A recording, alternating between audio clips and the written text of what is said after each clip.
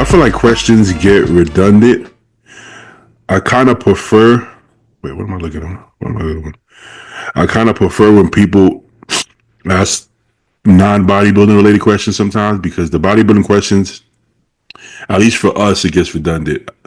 I could see if you're a beginner, maybe we all ask those questions early on, right? Like, I don't know, what's the best training split? You know, what do you do for biceps? But I think we're at a point where we know that you can't really answer that question. It's like for most of those people answering those questions, it's just time, right? I want to get my arms bigger, and you look at the person, you're like, bro, with all due respect, everything needs to get bigger. Your arms aren't small. Your entire body is small. You know what I'm saying? Like you wouldn't even know you had small arms until you get big, right? So you're focused on these arms when the truth is that you need to get big everywhere, Yes. right? You know, and how can I tell you? I can't tell you what to do for your arms unless I know what you're already doing, right? Right? So it's like, well, what do you do? Well, I train arms every day. Maybe don't train it every day. How about, you know what I'm saying?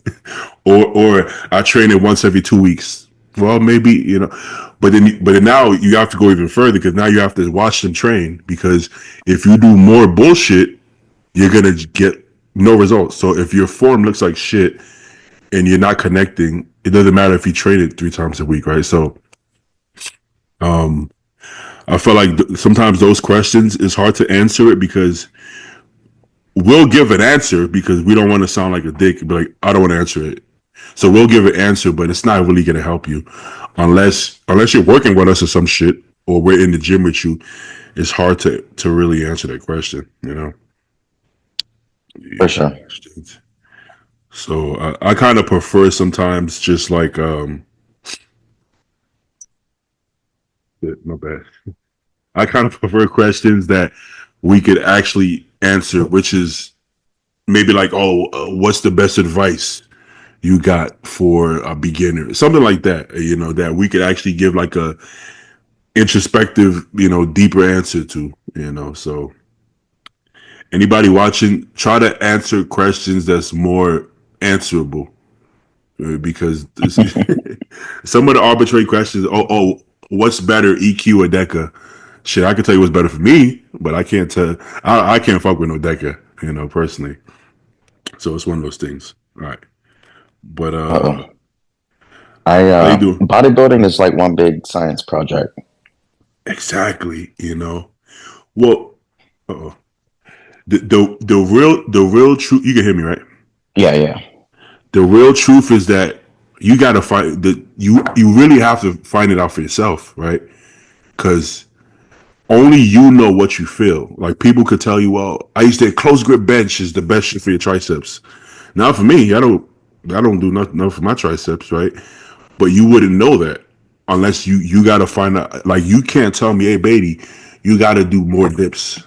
Because if I go do dips and I don't feel it, I'm wasting my time. So that's something, unfortunately, like, you have to figure it out. It's going to take you a decade to figure out your body, but you're going For to sure. have to take, you know?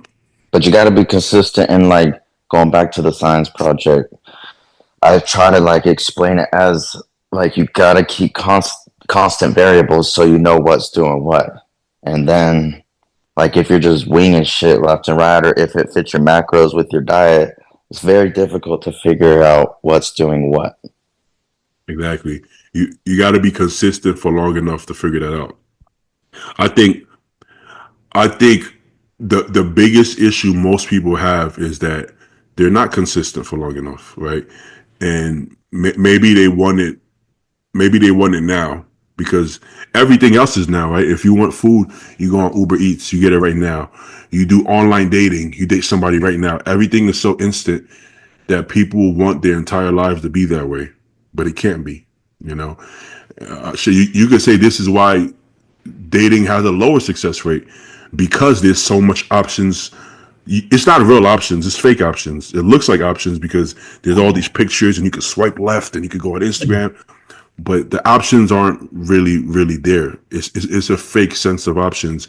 The truth is that you're gonna have to date for for 15, 20 years to actually find somebody worth keeping. That's the truth of it, because you're gonna try close grip bench and it's gonna fail. Same way you're gonna try dating this person, it's gonna fail. But those failures is what teaches you what the right exercises are. Same way those failed relationships is what teaches you what the right person is, right? Yeah. So there's no cheat code. Imagine say, "Oh, I want to find a good girl. Like, tell me how I do it." It's like, how the fuck would I tell you how to do it? You just got to continue doing it and fail until you succeed. Can't really teach me that, So that's the part people have a hard time understanding. But let's go to bodybuilding a little bit. Hey, so how many you're doing? How many weeks out? Let's say that. How many weeks out you are? Because I don't know.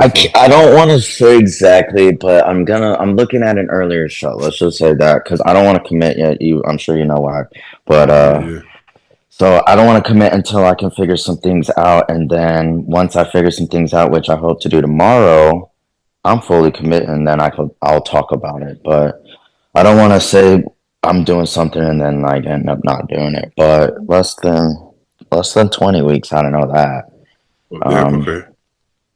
but Well, yeah, that's why I didn't want to ask it too direct because I was gonna say names of shows, and I'm like, yeah, let me not say the name just in case.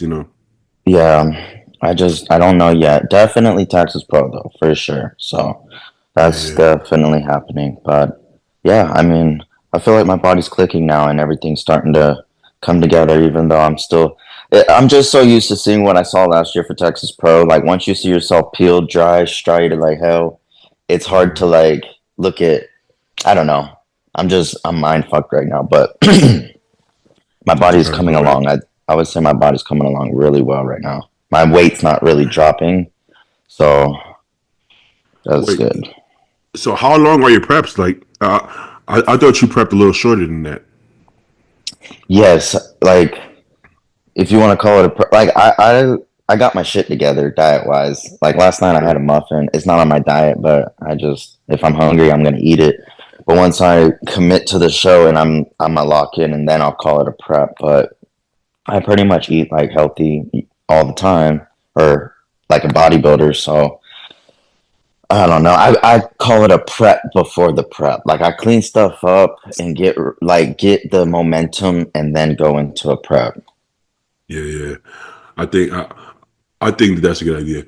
I don't. I feel like most of us have like a switch that we could flip and be all in. I think you don't want to keep that going too long because that's when I notice people start to burn out. So like you said, I would rather somebody like start like a pre-prep maybe 20 weeks out and then the brunt of the prep I will consider it like 14, 16 weeks out when they're completely locked in. Not that you're bullshitting or anything, but I found that when I put people to 20 or like 24-week preps all in, by the time they hit like 6 weeks out, they kind of checked out. They kind of checked out, you know? Hmm. And myself too, I'm speaking for myself. I did the longest prep I did was I think 22 weeks maybe. And by 6 weeks out, instead of me like, oh yeah, I can't wait to step on stage, it's more so, I can't wait to get this shit over with. I'm burnt. I'm tired. I'm fucking done. Right. Listen, we're human. Nobody's like, you could go online and say I'm this and I'm a machine. We're not machines. We're human. So, For we sure. could. I'm a machine. Joe is a machine. That's his name. For What's up, Joe? real. What's up, guys? What's up? What's up, Joe? Hey, Joe's So, hair. Joe's hair coming back in. look at that. Look at Oh, okay. I thought your shit was starting to fall out. Your shit is this is Oh, I'm back doing on all back right on over here. back back on track. Yeah. You must be taking a break to let that shit is going back in Uh, from the uh, cruise. I'm on cruise at Hamburg right now. Speaking of hair, this guy got the full head of hair going. No, he's got a fade now. You got a I fade with see. the Yeah, holy this is bedhead. They just woke up like this, but yeah. You know what? Yeah. They cleaned me up. What's the Oh, sound you of look that? now. Again, You're looking this is good the, now. Damn, he got the Johnny Bravo going. I like that. That was an accident. Bravos too. You know what? I think this is a great look for you, man. You know what, dude? Fuck. Jay gave me, because he cut my hair last week, and he gave me this like mousse product. It's like it's not gel, but it's like kind of thicker, you know. And I swear, I look like I was in one direction. He put it in my hair like when I left, and it honestly looked good. I'm a little embarrassed to say that I liked it, but I don't know. Hey, it does look good. Wrong. Ain't nothing wrong with that. Not only right, I feel like he looks younger, but dare I say he looks almost more handsome, bro. You get more handsome. He does look more handsome, right?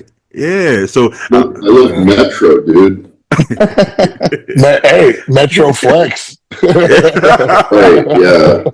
I didn't know Stu had that in him. He almost looks like one of those guys, one of like the Regan Grimes kind of dude. You know, Pretty boy. Yeah, but a bodybuilding pretty boy. All he needs is like an earring or something, and then he's a pretty boy now. Oh, you know? for sure. I really need a beard. The beard didn't work so good last year, though. The beard would set it off. The beard would set it off, you know. But I mean, you still look young enough that you could rock the bald face, and you don't get like crazy chubby cheeks. So it works. A couple of weeks ago, my face was fat, but I've lost some weight the last couple of weeks. So no, it looks good. Well, but we don't want you to get shy, start blushing, so we're going back off. But it looks good though. I'm not gonna lie. Hey, check this shit out. You see that? It's coming together. Yeah. I'm routing some cables. I'm done with all the cable routing. Need to hook up all I got the rear shifter done. Need to do the front derailleur, and then just little stuff like bar tape. And I'm so excited. Where the fuck is my dog? I was thinking the same thing about mine. That's why I was like whistling. Hey. Where the fuck you go? Are you gonna ride the bike first before you give it to him, Stu? If I can, dude. Like I don't know if you can tell, but that's a big frame. So this is a 58 centimeter frame, which is like the measurement from the bottom bracket up to the top. But like, so that's a 58. I ride a 52 because I'm way shorter than Jay. So I don't know. I'll probably be able to test ride it. But if you're wondering if you can see me ride a bike, yeah, it's just as ridiculous as you would imagine. It looks, but I like it. Low key, I do kind of want to see Stu ride a bike. I don't even. I kind of want to see. Hey, Joe, can you physically? I don't know. It's been so long. Can you physically ride a bike? I'll be honest. The last bike I rode, it was in the gym. The little cycling bike. Yeah, and my ass hurts when I do that shit. Damn. From what I heard, you don't forget it, right? You don't forget how to ride a bike. Yeah, you should be able to balance it still. Just because probably feels awkward. It's gonna be super awkward. But you know what's really uncomfortable actually on like a proper road bike with like the skinny saddles? When you're heavy, it is really painful. That's what I'm saying. Really bad. Yeah. Well, first of all, the seat, because you know when I could only use the what do you call the bikes we use, the one that you sit back. Recumbent bike. Recumbent. I could only use the recumbent bike. I can't use the what do you call the other bike at the gym? The one that you the fucking ball scrambler, bro. Bro, I can't. My low back hurts. My butt hurts. I mean, it's just not. It's not nice. So the gooch murderer, bro. so I would imagine a real bike. I probably got like 10 minutes in me, if that. You know, for now. But bodybuilders retire and they seem to ride bikes fine. You know, so. It's more of a weight thing, I guess, not forgetting how to ride a bike. You know? Yeah. What you got going on, Stu? Oh, my fault. Go ahead, Joe. I was gonna say, when's the last time you tried to do were you able to skateboard back then? I mean, at one point, but I I can't used do to be it able now. to just do the like an ollie. I don't know if I could do that anymore. No, I thought that's no, something. I thought that's something you can do like for a period of time, then you can forget how to do it. I don't know if I can do it anymore. no, definitely not. I never owned a skateboard, but we used to go to like I don't know, like Toys R Us, wherever they had skateboards back then, and then we would just ride it until they told us to stop, and then we would leave. Would you play catch with a football down the Uh, aisles all the we, we time? we we did all that, but we used to go to Modell's and have a full blown workout. Mm. We're kids, so nobody's gonna be like, you can't stop working out. So we would just go and just have a workout at Modell's and leave. This is like super young though, and that was the thing. We used to go play. We used to go play with the basketball. We used to play with the football, with everything. We would sometimes open this shit up, just little bad kids. But we couldn't really afford it. We used to have bench press competitions inside Sears.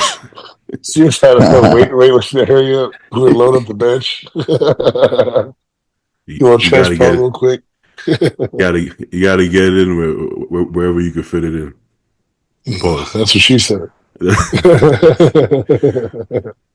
Hey Stu, why you trim down? What you doing? What you got going on? I felt fat, so I lost some weight. That's Oh, pretty much so it.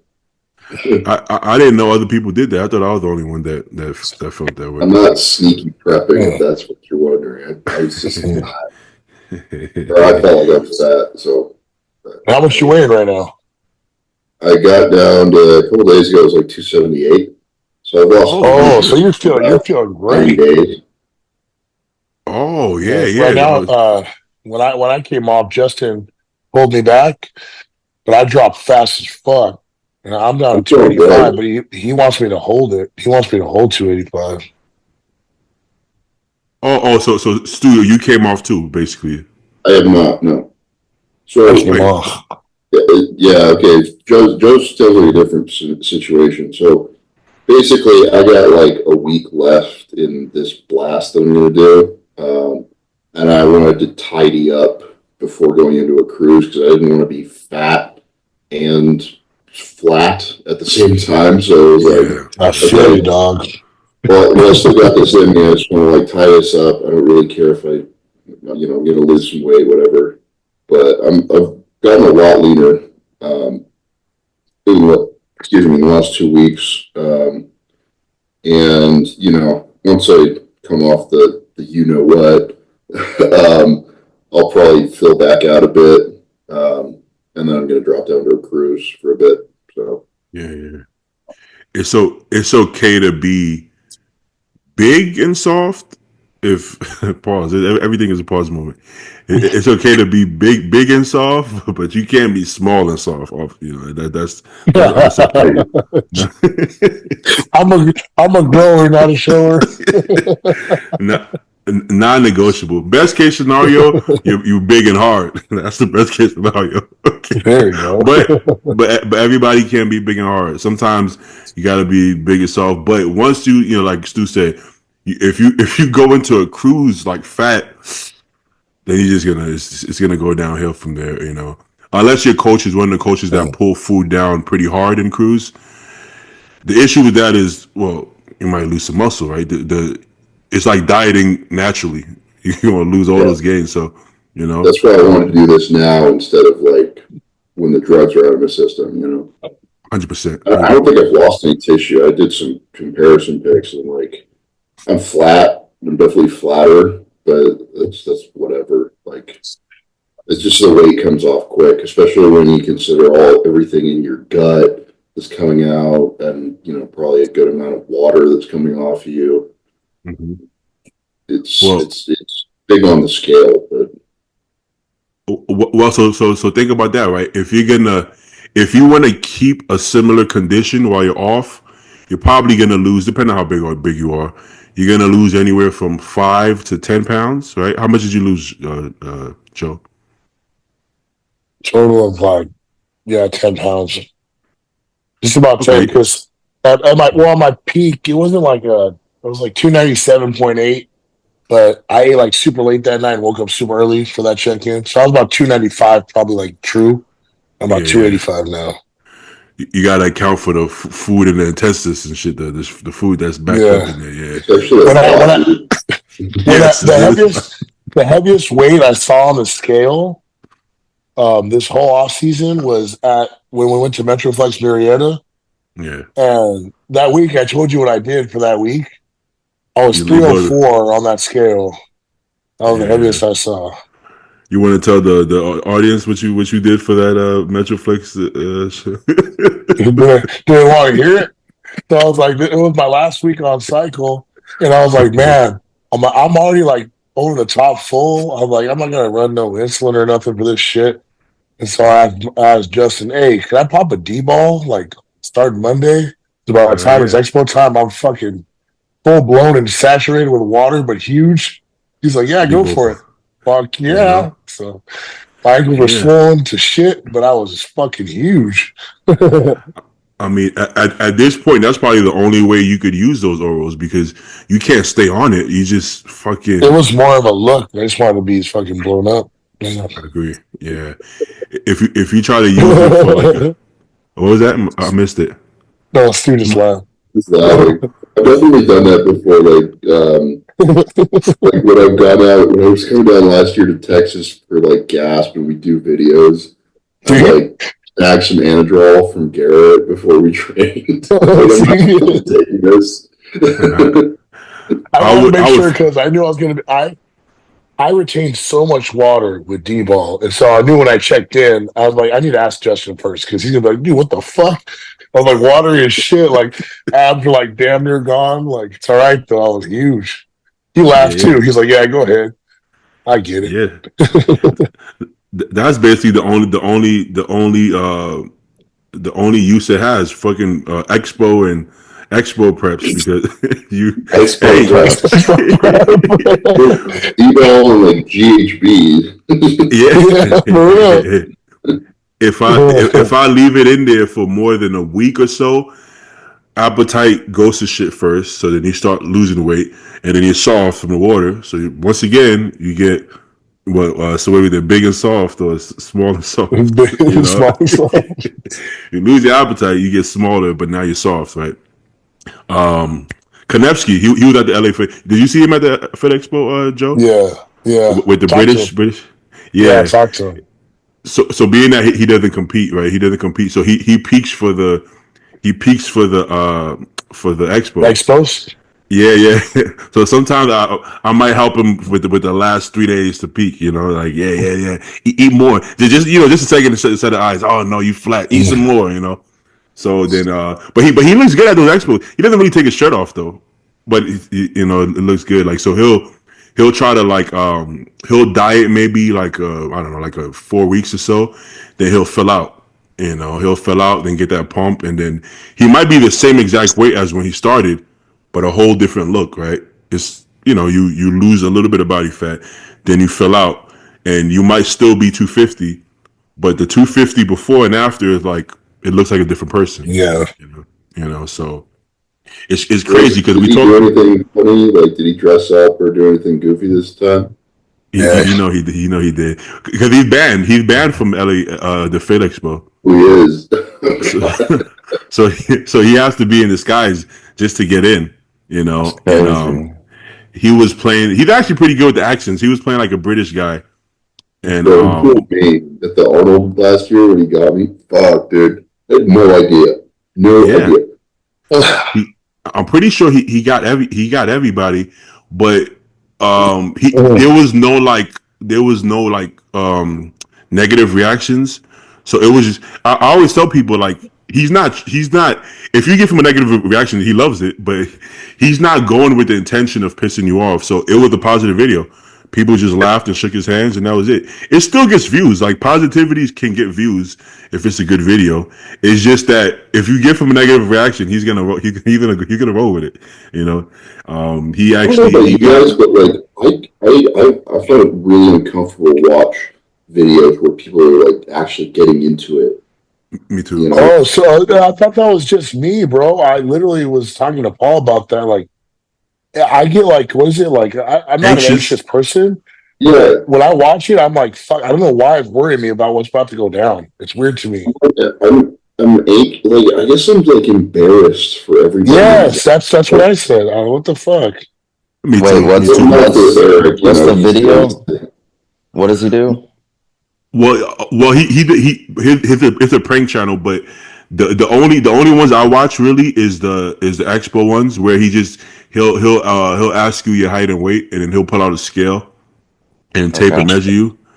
Yeah. And yeah, the same thing happens to me, but especially if I know you, or if I know both people in the video, I get even more awkward. I get even more anxious. I don't know why. It shouldn't affect me, but I get like, I could be there. I could just talk things out with you guys. yeah. It's like I cringe. I cringe so hard, but like Eric has no cringe reflex. He's immune. He doesn't cringe. You know. That's why you can do that. Exactly. What is it that gives you anxiety? Because he's asking people their weight. Just watching the videos. It's just the awkwardness. weird. The awkwardness. There's a certain level of discomfort that comes with a person's reaction. Yeah. And then it doesn't stop. Like, he doesn't break character. He just keeps going. Like, he'll keep picking at you. It's like, fuck, man, this is going to escalate to something terrible. It makes me so uncomfortable. He went up to Branch, and I was automatically uncomfortable. Bro, to Branch. I didn't want to watch. Although, why is that making me like worried?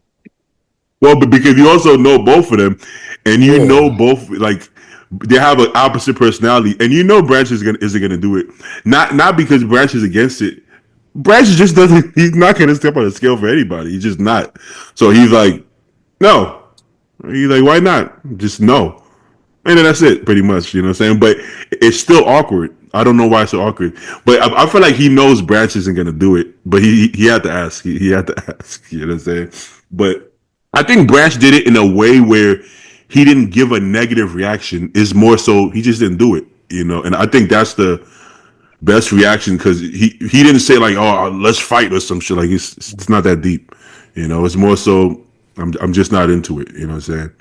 So I mean, if somebody came up to me, let's say it's not Eric, and a stranger came up to me to weigh me and height me, I mean, I would do it if I had the time and I was, I guess, but I guess it depends what I'm doing. You know, I definitely would show them respect. You know, unless they disrespected me, I guess. You know, but I wanted so badly for Eric to have a scale and to ask me because I was actually 300 pounds. It's like, come on, motherfucker, ask me. good point. But I guess because fucking D-ball, bitch, I'm ready for you. Well, you gotta act like you didn't recognize him for him to do that because once you recognize him, he's not gonna do it.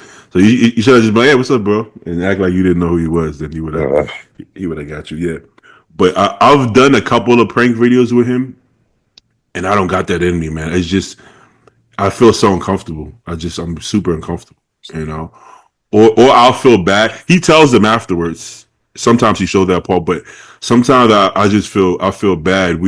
He did the Russian gangster one, and then I guess I was dressed the same way, and then we went to random people, and even after we tell them, some of them still look kind of nervous, and I'm like, yo, no, we not, nothing's gonna happen. It's just a video, and there's some of them, and it makes me feel bad, and I just can't I can't do it, you know. Especially if they're like a language. You were a black Russian guy? I was, yeah. Impressive. They exist, believe it or not. I've never seen one. I've never seen one either, but apparently it's a thing. And some of them were in the comments, and I'm like, wow, this is real. This is black Russians. Holy shit. Did you have an accent, or you just try not to speak? I did like a weird accent. You know, I feel like they're so like nervous that they're not even clapping. They don't pick up on that.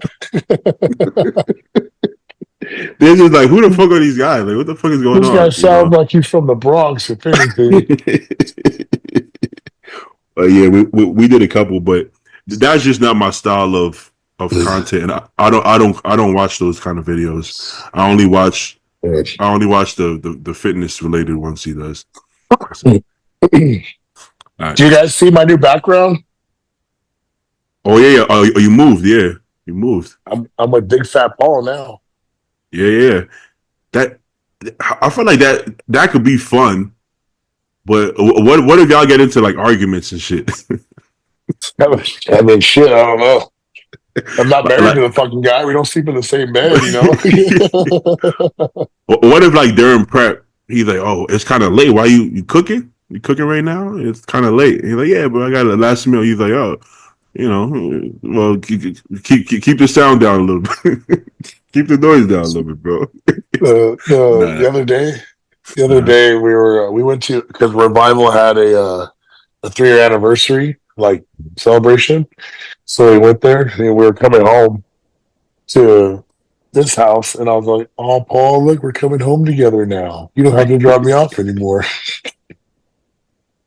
Well, it's funny because my one of my best friends stays with me as well. We're roommates, and it happened during prep, and I was kind of skeptical. I'm like, no, man, because the way it happened, it was he had to find a place pretty quick too. So I'm like, can I do a roommate, especially in prep? I'm like, I don't know, but I felt like I didn't want to say no neither, because first of all, it's gonna help me out. I don't want to pay. West Hollywood expensive. I don't want to pay this much myself. And then so it was mutually beneficial. But it's been fine. I guess it takes a certain maturity level, and people respect each other's space. But it's actually been good. I think it's been a pleasant thing. I'm not spending all my money on fucking rent anymore. That's always nice. And I have a dog, so if I gotta go somewhere, I could always just leave the dog here, and he'll be fine, knowing that he's gonna watch the dog. You know what I'm saying? But Yeah, you're not yeah, no, gonna. bro. Paul's been pretty dope with it. Like he'll like say I have to leave really early. Like if I'm not here, he'll let like Levi out and stuff to go to the bathroom and stuff. Like he'll check the water bowls if I don't, and then vice versa. Because he has a dog too, so now his dog has someone to play with too when Paul's not here. So like there's that dynamic. So there's 2 dogs now. And then I mean I do my dishes as I go now. I never used to be that way because now that I live here, I don't want to hear no shit. So after I just clean up after myself. That's it. The prep thing though, I always wondered because we get in the way of each other in the kitchen sometimes. Oh yeah, you're gonna get a little chippy. It's not the biggest kitchen, so it's like literally we can't be in the same zone. Like you gotta go first. When I'm in the kitchen, I get territorial in the kitchen, and I don't want somebody behind me. I get nervous. I might throw an elbow or something. I get territorial. In the kitchen. Yeah. But the dogs get along. Yeah, really well. Like, well, luckily, Paul has a female, and then I have Levi. So Careful. like there's no like he doesn't try to show his dominance or anything. He doesn't need to. Yeah. He's pretty submissive too. He doesn't cause no problems. Is he put my phone on silent. What happened? Is he neutered? No, he's not. How about the girl? Is she spayed? No, she's not. But Levi's too short. Levi's too short and fat. What? What you trying to say? You can't get busy? What are you trying to say, Joe? He's built different. He like he get busy. He like he got some action. You know what's funny? He got some motion. The last 2 days, the girl's been trying to hump him. Oh, you see where that's going, which is interesting. I'm like, what the fuck? Is she showing him how to do it? Because he hasn't done it once. Hey, it's only a matter of time. He gonna catch on. He gonna be like, what you trying to do? I'm here too. What you trying to do? I'm just a boy. All right. Fucking Levi, bro. Did I ask Joe? So what you got going on? You got a cruise, and then what comes after the cruise? We're gonna pretty much like ease into prep. Okay. So he wants to start like fucking like 20 weeks out. Oh damn. But he doesn't want to like. So he wants to clean things up, but like he wants me to still have like my cheat meals throughout the week. Okay.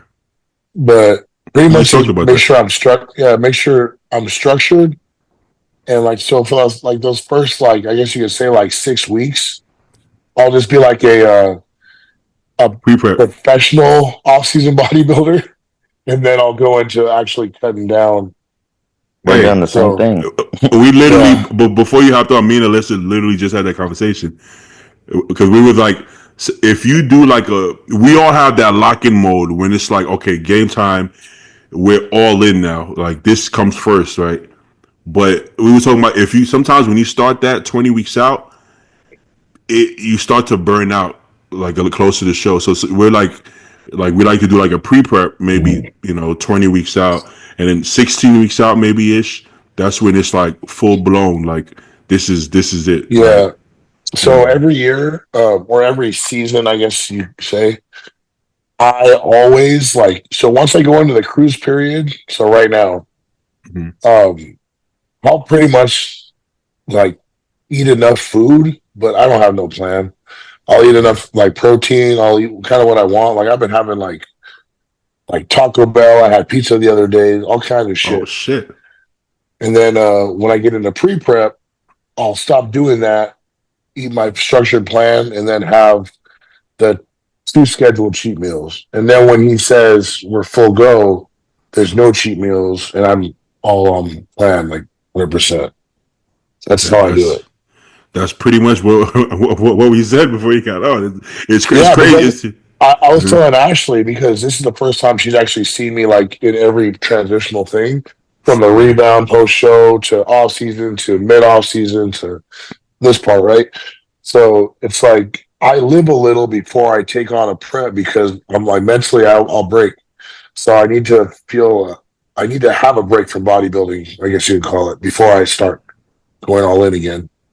It's the Yeah. only way I can do it. We I won't be able to do this.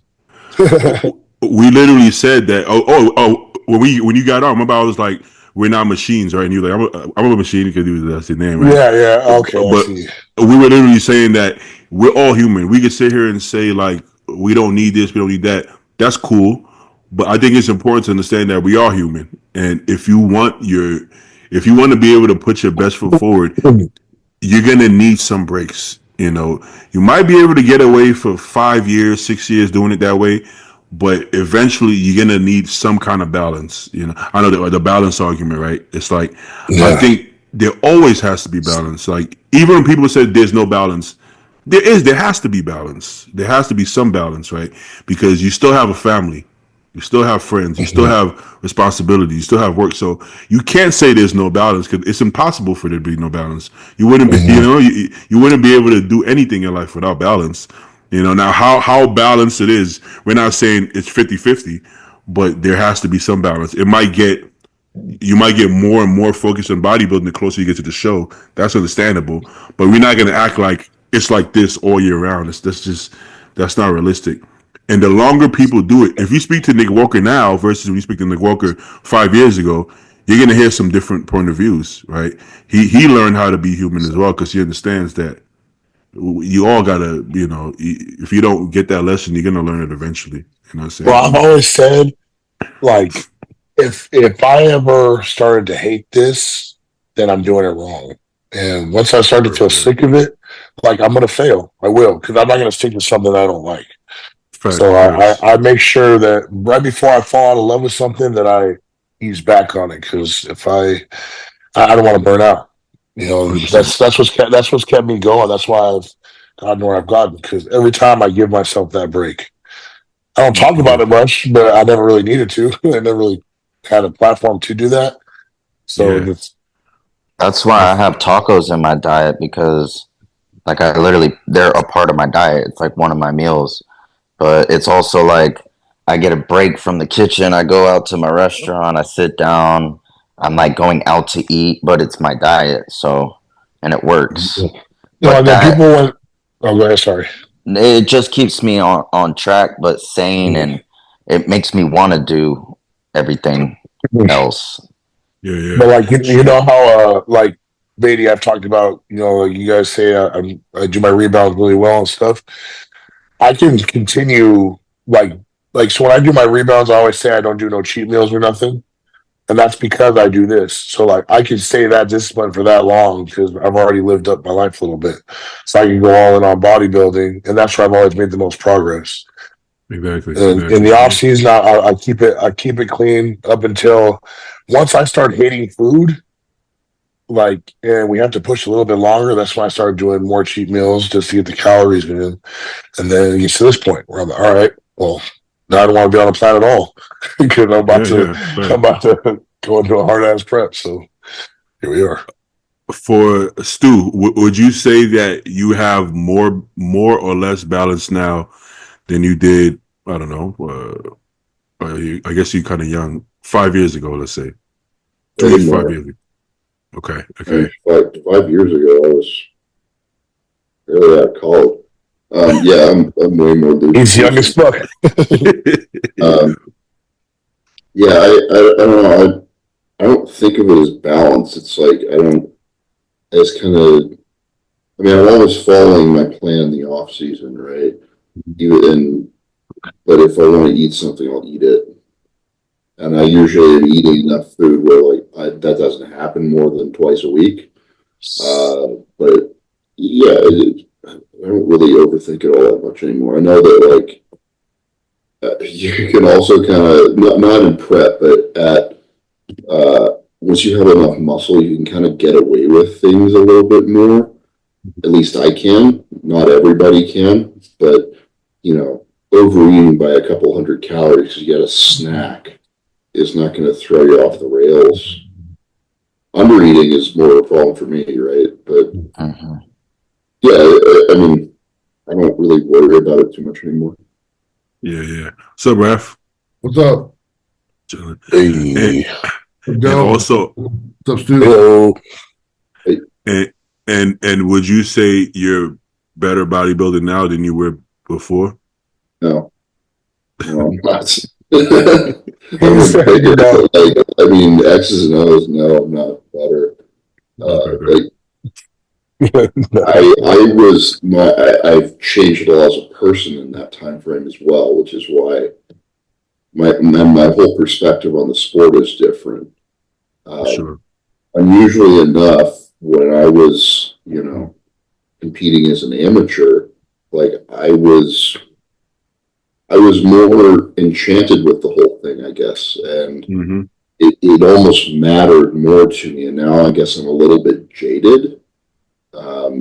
Not completely jaded, but I kind of understand how the sausage is made, and also the wins are just less frequent now. They haven't even happened yet for me, but I still enjoy what I do, so I keep doing it. Yeah. There was one of the early podcast episodes we were talking about retirement, right? Stopping competing. And I can't remember what everybody said, but I think you were more to the side of it's going to be really difficult because a lot of your identity is bodybuilding, right? And it still is, but I get the feeling that it wouldn't be as hard now as it would have been for you 2 years ago if for whatever reason you had to stop, Yeah, no, I'm not there's going to be some soul searching to be done when all of us are all done with this thing. Sure. But I'm not super worried about it because I have other interests and things that I'm not able to do now, like riding bikes. That's something I would have get back into cycling because I did that when I was a kid a little bit, and I think it's cool. Stuff like that, and I mean, this takes away so much from other parts of your life that when the time comes, I'm not super worried about it. I think about that from time to time, like retirement, and it doesn't really scare me. I want to keep on doing this for as long as I can so I can make a living out of it. But I guess having to figure out a different way to make your living when I'm done with this would be a little difficult, Shit, it'd probably be easier than bodybuilding to make money. Yeah, you could just go get a job again. You know, But also, like, I don't really want to go back in the same industry that I was before. I want to do something in the bodybuilding space, even when I'm not competing. for sure. Yeah, for sure. That makes sense. I think people who don't have any regrets toward bodybuilding, as if there is nothing more they felt like they could have done or needed to do, or if they didn't feel like they were fucked over, whatever the case is. So the less regret people seem to have, or the less I guess jaded, maybe maybe to use what Stu used. I think they have a easier time retiring if they don't have a ton of regrets, right? So whatever that means. So I think it's important to make sure you're doing it for the right reasons and you get everything you want out of it, so that you don't have a ton of regrets. You know, and a lot of times, unfortunately, people who are delusional have the hardest time getting over it, because they thought they're way better than you should. You should probably think you're better than you are to some extent, so you can be confident. But I think I've known a lot of people who think they're way better than they actually are, and they seem to be bitter after the fact because they think they're God's gift to the world and they should have been like the best in the world or something, and they were never at that level. You know, so it's important to have perspective and also have no regrets. Know that you did everything you were able to do, and it's over. That's it. You know, you can't live in the past. I think that's important as well. Well, it's a trip is Stu kind of said something about like it's almost like you were just fucking excited to like bodybuild every single day kind of thing. Once you're like in it and you've kind of made it to a certain point, you're just like, okay, that's kind of it, right? Like you're just trying to win, but it's not the same as when you're coming up and trying to get your pro card. It just isn't. And it's exciting to win, but it's just a different playing field, And so I've often thought to myself, like, what would life be like without bodybuilding anymore, right? Like when it's time to hang it up or whatever. I'm not gonna lie. So like the baby coming in and stuff, I'm over here like bodybuilding's not even on my mind. Like Ashley wants to go look at fucking baby clothes at Target, and I'm all fucking, hey, let's fucking go. Like you're looking at strollers and shit. I'm like, damn, like thank God I had this, because I wouldn't know what I would do if bodybuilding was done. So I'm pretty excited about that. So it's just like I didn't think I would have anything after bodybuilding because I don't have many interests. Right. I was gonna say when Stu was saying that, like after bodybuilding, we could all have a family, and then your attention is directed towards that, and you don't really have to think too much about what you're gonna do. You're focused on a whole different human being, and then you do whatever you got to do to take care of that. Yeah. Speaking of small guys, what's up, Shier? Speaking of bicycles, were you guys actually talking about bicycles? Yeah. How's your gooch? Is your gooch good? Oh yeah, hell yeah, dude. You haven't seen that? I haven't seen that build. That thing looks sick. Yeah. I got really lucky. I found a good frame, and it was like super cheap, and all in, I think we spent like $800. Damn, we're like that's not bad on at our all. budget. So Right on. Are you gonna actually do your cardio for your prep on that thing? no, this is for Jay. You know Jay? Oh yeah. Okay, that's right. I thought you were building one for yourself. No, I've got a bike already, but yeah, Jay's gonna be fast as fuck. Hell yeah, dude. I would love to see Justin get a cut from Jay. Have you got a cut from Jay before? Yeah. Oh yeah, shit! Before the Olympia. I gotta see that. I gotta go back and look at the pictures.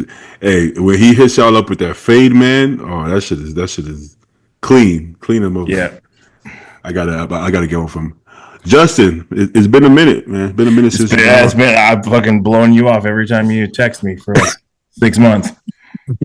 He always hits me up and goes, "Yeah, dude, you want to work Sunday?" I'm like, "Yeah, dude, hit me up." And then he texts me Sunday, and I'm sleeping or some shit. Baby, I've done that to you like every Wednesday the last 2 months. Like, I'm on, dog.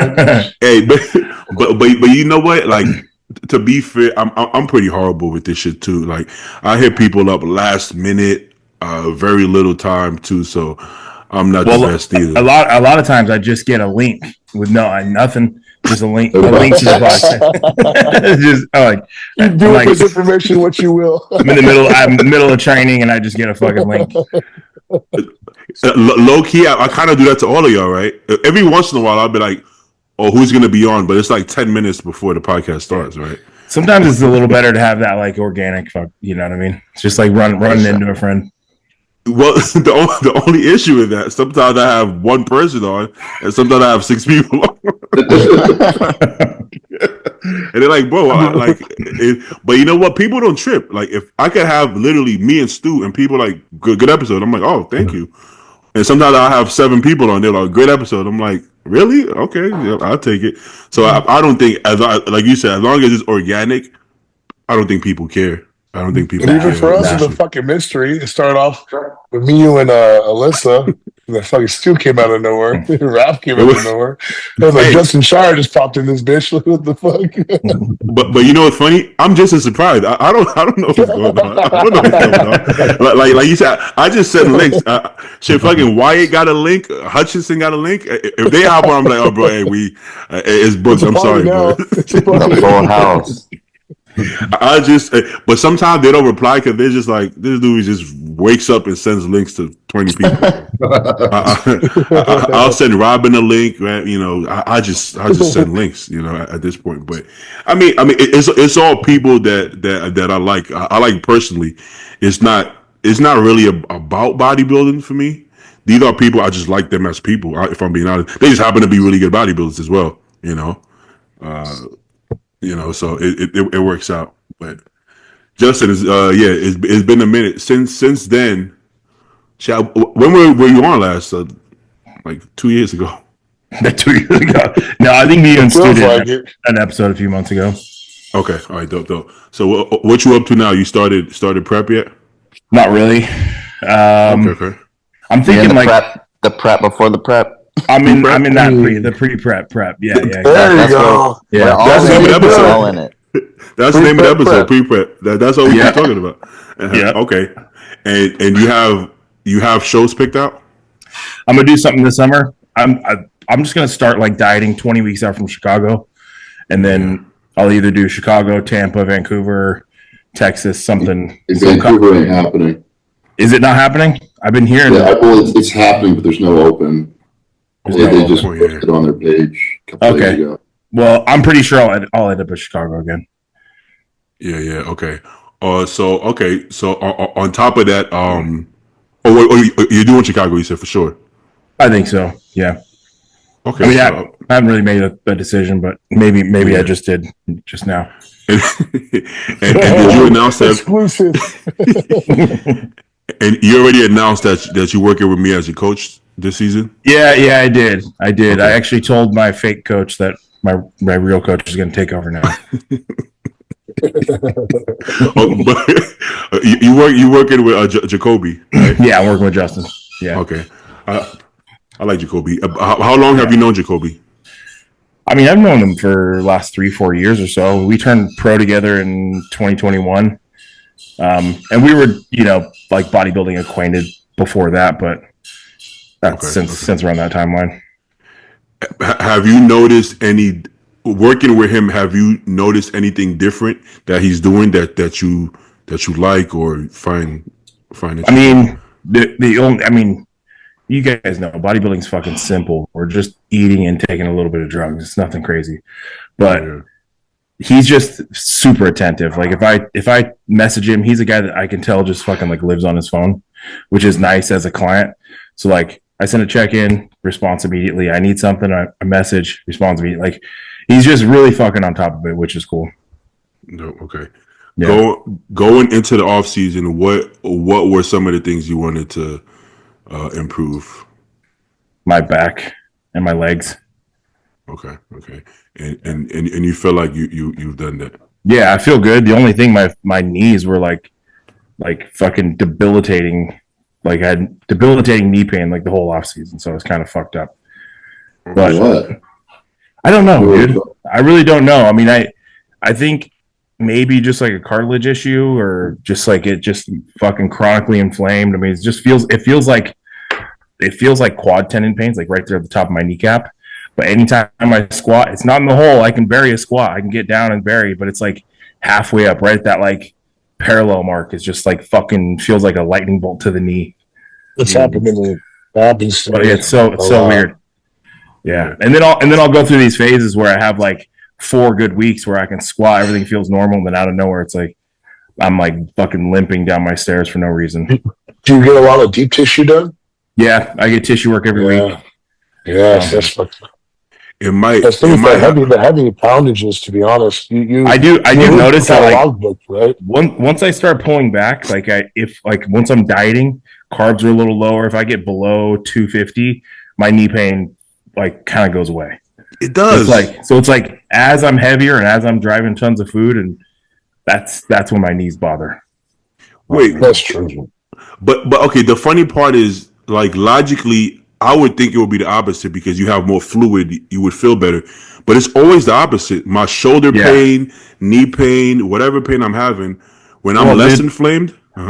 That's it. Like carbs, we know carbs are inflammatory, and we're hammering tons of fucking carbs and just being heavy. I mean, it's like you start dieting. What happens? You drop like 8 to 10 pounds right away, and it's like that's not body fat. That's just your body going, fucking thank God you quit like force feeding all this food. Yeah. That's just inflammation leaving the body.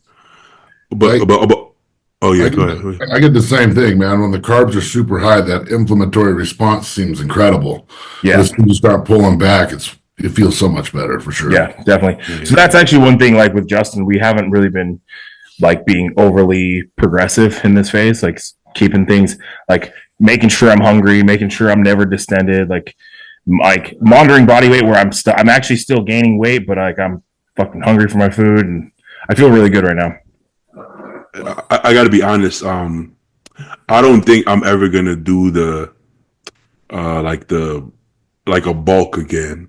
Like by bulk, I mean like the old school sense of it, right? Like putting on a lot of body fat and feeling like shit and all that.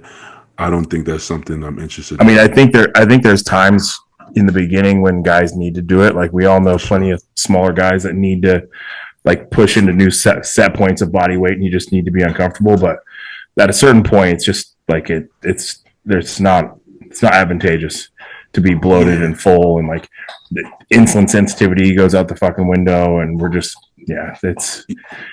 I always find myself personally, and you find with most of my clients, just do a little bit better if like hunger signaling is intact. Like if you're actually getting hungry for your food, that's when most people are growing. I was watching John Jewett podcast. I think he was on Transparent podcast, and he was talking about when he's done the heavier bulks and stuff like that, but he's progressing the most he's ever progressed. He has a different metabolism than most of us, though. He has a crazy metabolism. So we're not 4 weeks out in the middle of his off season. Yeah, we're not gonna look like that off season and gain 10 pounds of tissue like he is, and he's a little bit older. I think he's late. I want to say he's late 30, maybe 38. I don't know, something like that. Yeah, so the way he's progressing a lot better than he used to. It doesn't mean we should stay 6% body fat, but I definitely see some benefits in staying lean. First of all, he gets more refeeds in the prep. He doesn't have to do a lot of cardio, so he's able to maybe grow a little bit or not get flat at all in prep. And I think, or performance, if nothing else, his performance never dips until last week maybe, because he doesn't have to go 50 grams of carbs to get in shape. And I think for a lot of us, that's the issue. I think a lot of us end up losing a lot of tissue because we have to do some extreme shit to get in shape, So it's like I also don't think that approach would have worked for him in the very beginning. He couldn't stay that lean at 180 pounds and then be a 220 pound bodybuilder. So like younger guys listening, like don't fucking pay attention to what the top guys are doing. Like John's a top Olympian. You can't replicate what he's doing and expect the same results. You guys are in completely different worlds. Well, and I also think as you age through the sport and the more experience you have in it, you learn to manage your stress and your cortisol all of the time. And so when you're there as a beginner, you're like, oh, I'm starving all the fucking time, looking for each meal, and you're stressing about that all the time. You're trying to stay on your plan. Well, when you get dialed in, it's like that's just part of the process. Just going with the flow, and then you're allowing a little leaner look, and your body responds so much better. Dude, talking about hunger, what do you guys think about like the use of Ozempic? Because I like, to me, I just feel like hunger is not just part of it from like a fucking hardcore standpoint. Like I'm not saying you got to grit your teeth and be fucking starving just to be hardcore, but I feel like that hunger signaling is just part of fat loss. Like I feel like if I'm not getting hungry, I'm not going to be losing fat. I agree. Like maybe the science would disagree, but it's like I never want to. Those times when I'm fucking starving in a prep and I'm going like hypo on the stepper, like that's the fucking moments, dude. That's when you're progressing. Like, why do I want to? I would hate to be taking something that would get rid of that, because that's like mentally, I'm like, if I'm not feeling that, I'm not getting in shape. So mentally, it makes me feel like I'm getting shit done. Yeah, yeah. And the drug itself that's just one part of it, right? What about all the other sides on it, right? Yeah, there are other sides. I've done one, maybe 1.5 preps using Ozempic, and you would. That's your coach. That's your coach right there preaching. Yeah. I've also had clients that done it, but I actually agree with Justin. So here's the thing: for me, my calories get so low that even with Ozempic, I'm still hungry, but I'm less hungry. What I've noticed is that, like Rafe said, why are you less hungry? Right. What I realized is which is it's in the if you go read up on it, it'll tell you this as well. It slows down gastric emptying, I think they call it. Yep. It doesn't sound that scientific, but it's supposed to, I guess. So I was bloated because the food is sitting there, and it's like, for sure. It's like, if I'm not hungry because the food is sitting there, that's not really what I want. If you pop an Adderall and you're not hungry because you're fucking I don't know, your nervous system is fucking agitated, that's one thing. It's not fucking with my stomach, but I was bloated because the food is sitting there. So I'm losing the weight, but my stomach is kind of like so yeah. I don't think it's a good idea. And I was still hungry. Maybe not as hungry, but I was still. Yeah. You can't bypass that. Like, some things, there's only a hard way to do it. There is no easy way to bodybuild. Yeah. So yeah, I feel like anything that fucks with our stomach or digestion as bodybuilders, like, avoid it like the plague. Like, there's, be hungry with good gut health. Yeah. So basically, I would never use it for myself again. I think for lifestyle clients, I think there can be some benefit, because is really a lack of discipline. Like, let's be real, most people aren't losing weight because of lack of discipline. Mm-hmm. We don't really have that issue. I don't think competitors have that issue. You probably wouldn't be doing it if you had this issue. Some guys do, but yeah. I'm sure, yeah. So I don't think it's going to help bodybuilders that much. But there's another compound now that it seems to be helping them. Retatrutide, right? Did I say it right? Retatrutide. Where's your shoe tied? I'm probably pronouncing it wrong, but that seems to not cause as much bloating, but also it works through a different pathway as well. It still works like a GLP-1 agonist. I'm getting all. I've been reading up. You heard this some science, dude. Science, baby. I like this. I'm dropping. Yeah. Billy's coming. I knew I hired you for a reason, dude. No, but so it works with two pathways: the GLP-1 agonist and some other pathway that I didn't look up. I didn't look up too deep into it. but yeah. So I heard that works better, but I'm still skeptical. I might try it because I think both companies I work with carry it, so I might try it, but I don't know. You gotta get hungry, man. It's part of the thing. How low do your calories get? Like what does your meal plan look like at like 3 weeks out? it got down to 1,200 calories. Damn. Okay, so that's like you doing no carbs. That's just protein.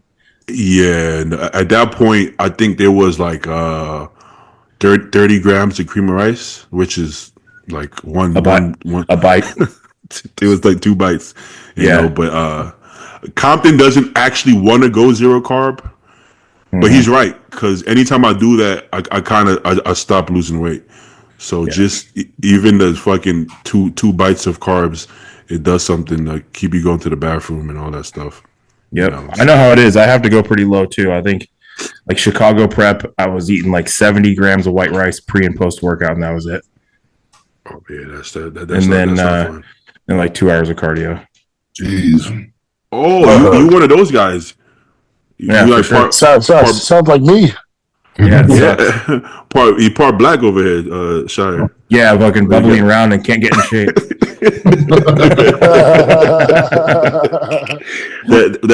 I don't think I knew that about you. I didn't know you did it. Oh, so that's rough. Well, you know, but that makes me feel good when I hear people that have to do shit like that. It makes me feel good. I mean, I don't eat much throughout the off season. Like right now, my meals are like 250 grams of rice throughout the day, and like that's it. Like it's nothing crazy. I don't need a lot to grow. How many refeeds you do a week? Right now, I'm just having like one off-plan meal a week with the wife, and then through dieting, obviously, those are a bit fluid. Wait, the off-plan meal is the wife or is with the wife? Well, it's food and then the wife.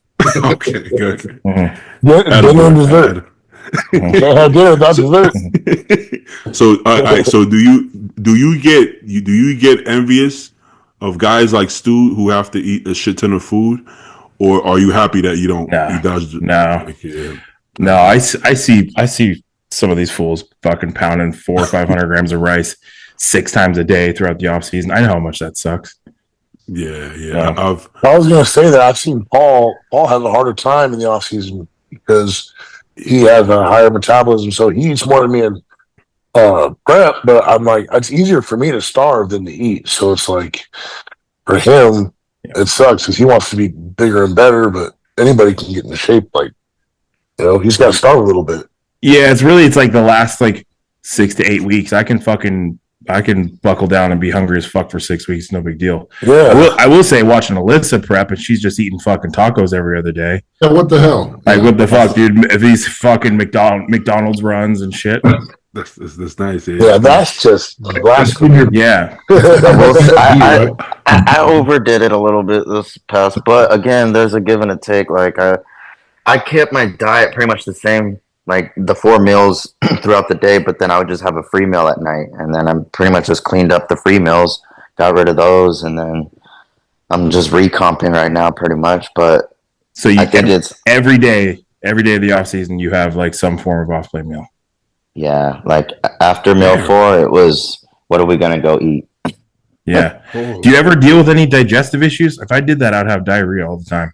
No problems. It just depends because I choose certain things that I know I'm gonna digest, like the burgers, tacos. I would get canes, but it was really like I would just eat a box of cereal and choose a protein shake or a protein source, or just whatever cravings I really had after my show. I just got them out, and then I just pretty much go get tacos because that's what cleans it all up. I see a lot of females that can get away with this too. Melissa's one of them. Mm-hmm. You can just eat a little bit more crap for whatever reason. I just do a lot though. I do cardio in the morning, I train in the afternoon, and then at nighttime I do something, like whether it's train a client or do some cardio or pump. I stay active to help kind of like use the extra food and calories. Yeah.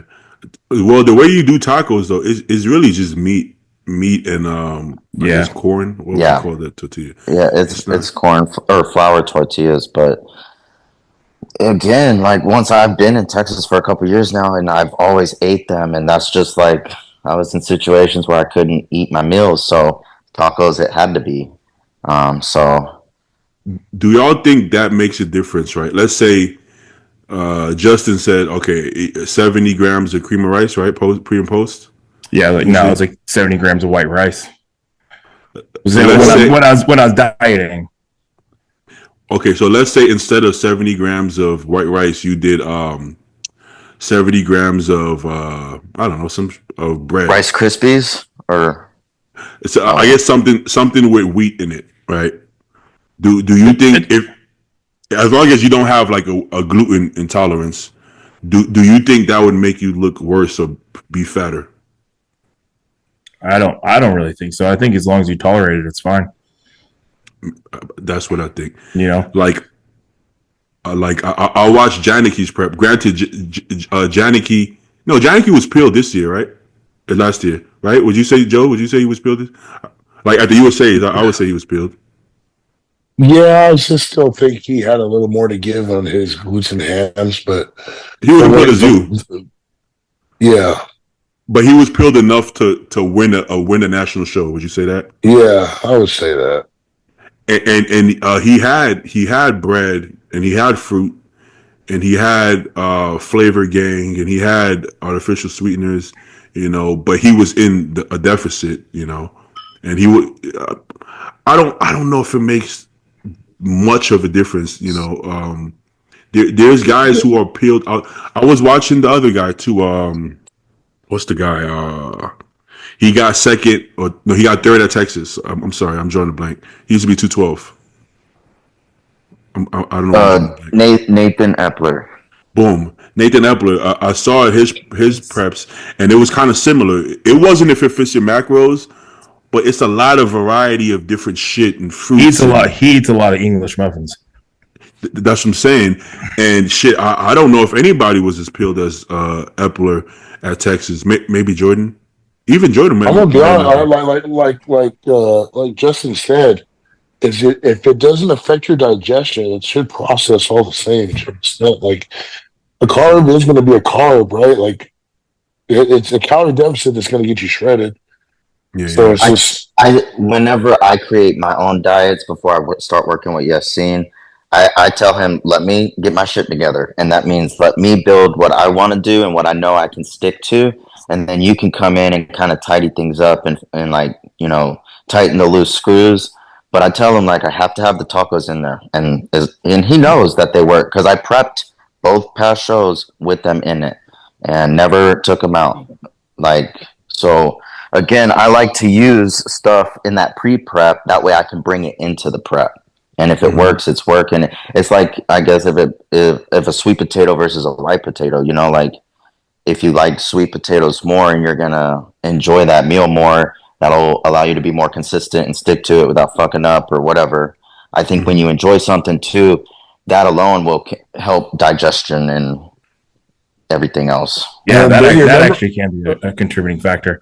I think when it comes down to that, it's like, if I'm doing 30 carbs from bread or 30 carbs from potatoes, I'm going to opt for potatoes just because it's higher volume and I'm fucking hungry. So a lot of times it just doesn't make sense to use bread sources in a prep when you're hungry. That is true. But otherwise, like off season, if I'm eating 350 grams of white rice, I'll add an English muffin to that before I'll add another 100 grams of rice. Mm-hmm. When I turned pro, I was like dieting like Justin. Like I only had 2 slices of Ezekiel bread in my pre-workout meal. And would it make a difference if it was 40 grams of oatmeal or 40 grams of cream of rice? Probably not. But that was just what the coach I had at the time had me doing. And I turned pro, whatever. Haven't eaten Ezekiel bread since. Dude, I've been on a big sourdough kick. I've been eating a grip of sourdough this off season. Fucking sourdough. Oh my God. That was delicious. Is your wife making it for you? Is that it? No, I like that. No, it's good though. Like out of all the toast. I have a theory about this sourdough trend, bro. Sourdough, dude, it's the fermentation process, dude. It's better for your gut. It's this whole fucking day-long process of feeding your starter, and you can't be employed if you're going to be doing this all day, right? What? So making it? It's kind of like a subtle flex, for a housewife to be like, I don't have to work. Look at me. I can just stay at home and make bread all day. It used to be like crocheting or some other thing, right? Yeah. But my mom, sourdough. It's like all these trends that are coming out are shit that my mom has told me in the past, and I'm like, nah, She's over here making. She's been making sourdough bread. I want a Hey, fucking scarf. Yeah, Hey, we're not making it, but I fucking eat it. I like it. Hey, Well, back wow. in the day, someone was having potato bread. I don't know who it was. Like, I don't know if it was Michaela Acog or what, but That's potato next bread. up. That's the next trend. Well, actually, the sourdough I'm eating is like a sourdough potato bread. Cool. Super good. Yeah, so I'm a fucking best of both A worlds. hybrid, if you will. Yeah, dude. That's probably why I'm progressing so much. I didn't know Stu felt that way about sourdough bread, Stu. Maybe Fucking triggered something. Yeah. Damn, I thought sourdough bread was okay, man. Damn, I like it, dude. It's just on principle, like homemade sourdough bread is kind of an elitist thing when you really break it down. Let's see who's still doing that in a year or two. If they're still doing that. I fucks with Because like, if sourdough you're a bread. mom and you have like 4 kids, right?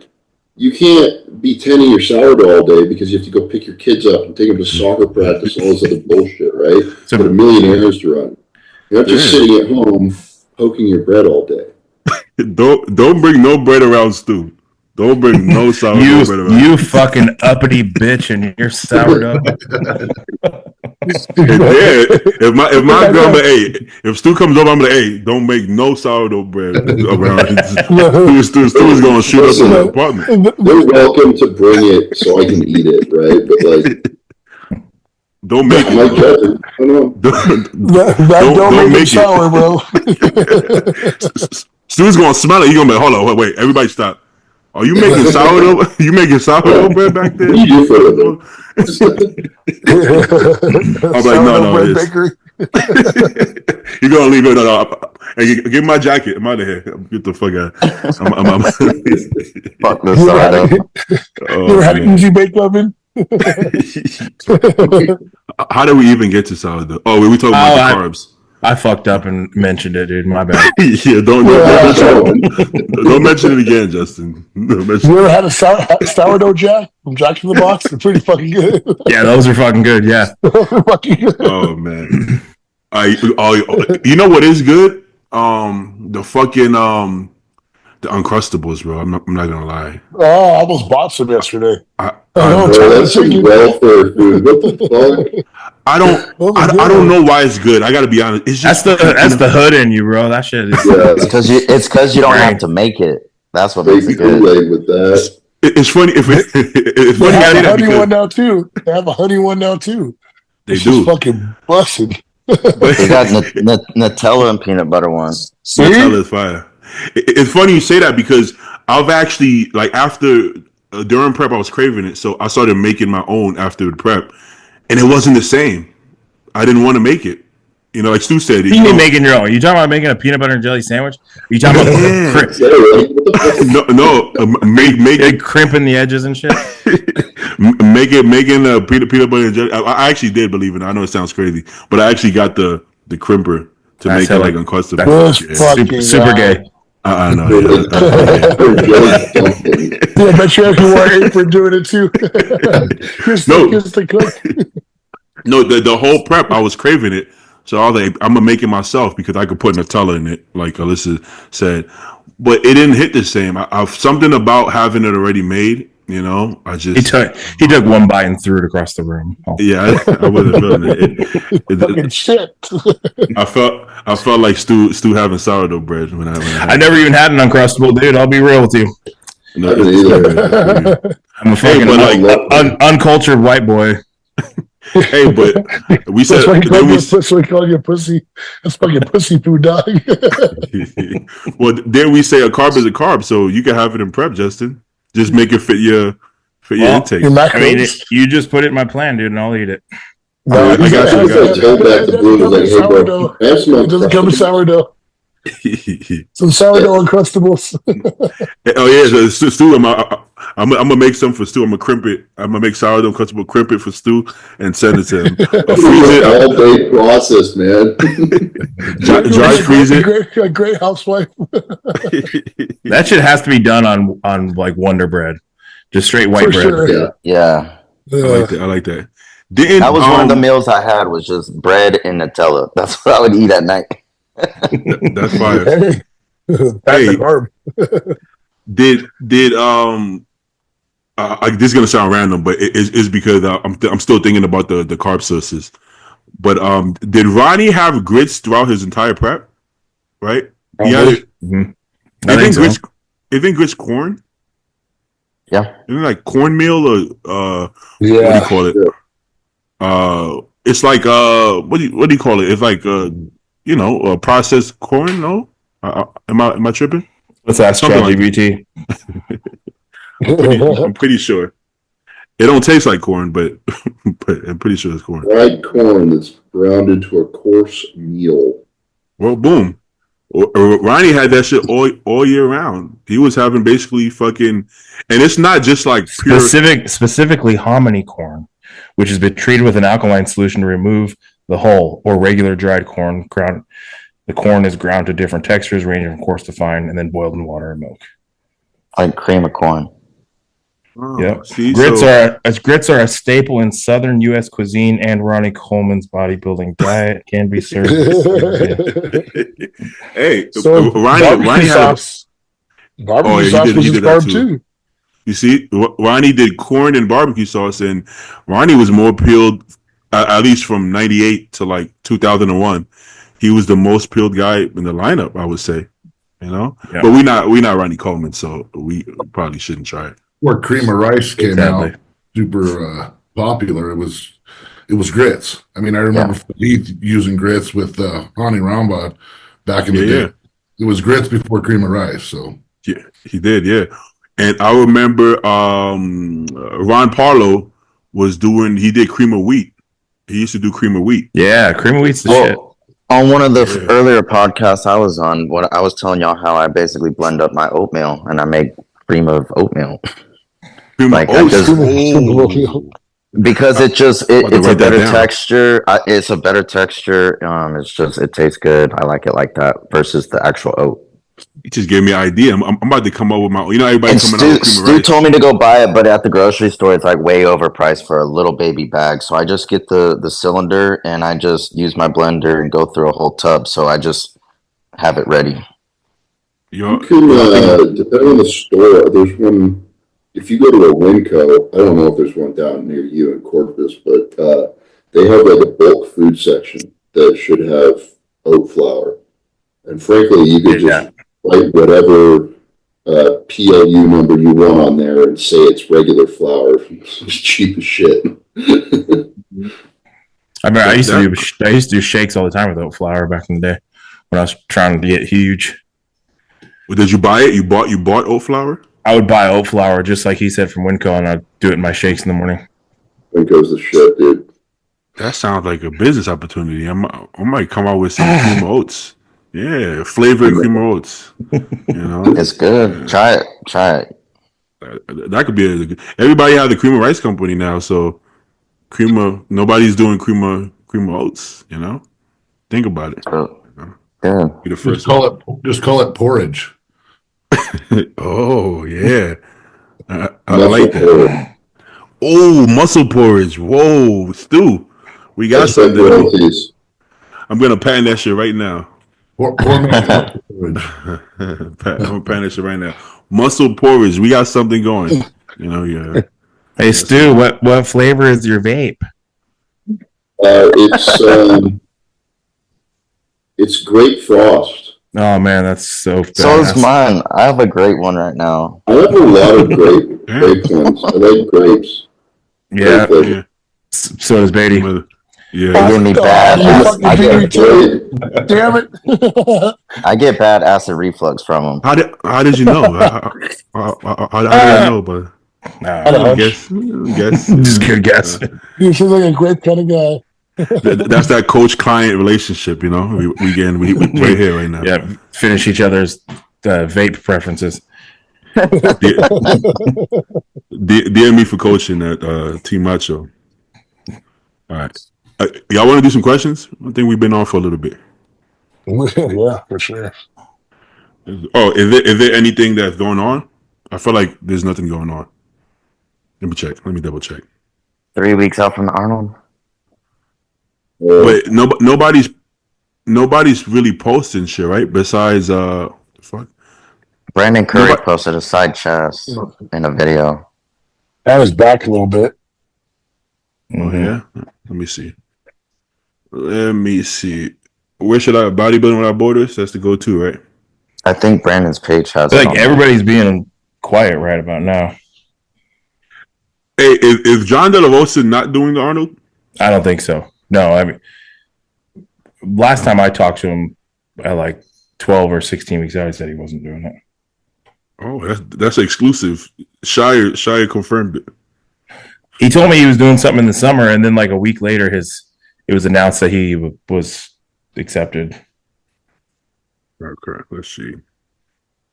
Oh shit, Ken. Oh, I got to shout out my people here. He looks crazy. Yeah, he looks. Yeah, man. Did he post a video? Oh yeah, there he goes. The rear double is insane. Yeah, he looks good. He looks good.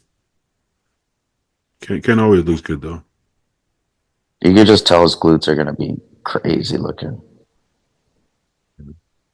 I think I think he's gonna do well. I mean, obviously New York got some heavy hitters, but I feel like he's gonna do well, man. I mean, it's hard to believe he wouldn't. He has shape, structure, he got size, he got everything he needs. You know, if he's in condition, which I think he's gonna be in condition, he's gonna do really well. What that means, I don't know where that lands him, but he'll do well. Okay, where those That up there, guy, man? go up to the comparison of Barry DeMay and that guy Lucas. Whenever I was getting ready in 2020, right there, that side down. I'm not saying like he's making his pro debut, and he used to be an open, and I think he got really, really sick. But he's making Chronicles of Riddick. But he used to be way bigger. Reference, dude. It's pretty uncanny. What do you guys see right now? That first picture of him in the front double is a couple years back. Oh, that looks good. That looks good, actually. Yeah, Oh wow. Good. Yeah, that was when I was getting ready for my pro debut. He was going to do the New York Pro with me, but then I don't know. He's been in the hospital really, really often. So Damn, what? He downsized a lot. yeah, he got sick. I don't know exactly because he speaks a different language, but something happened.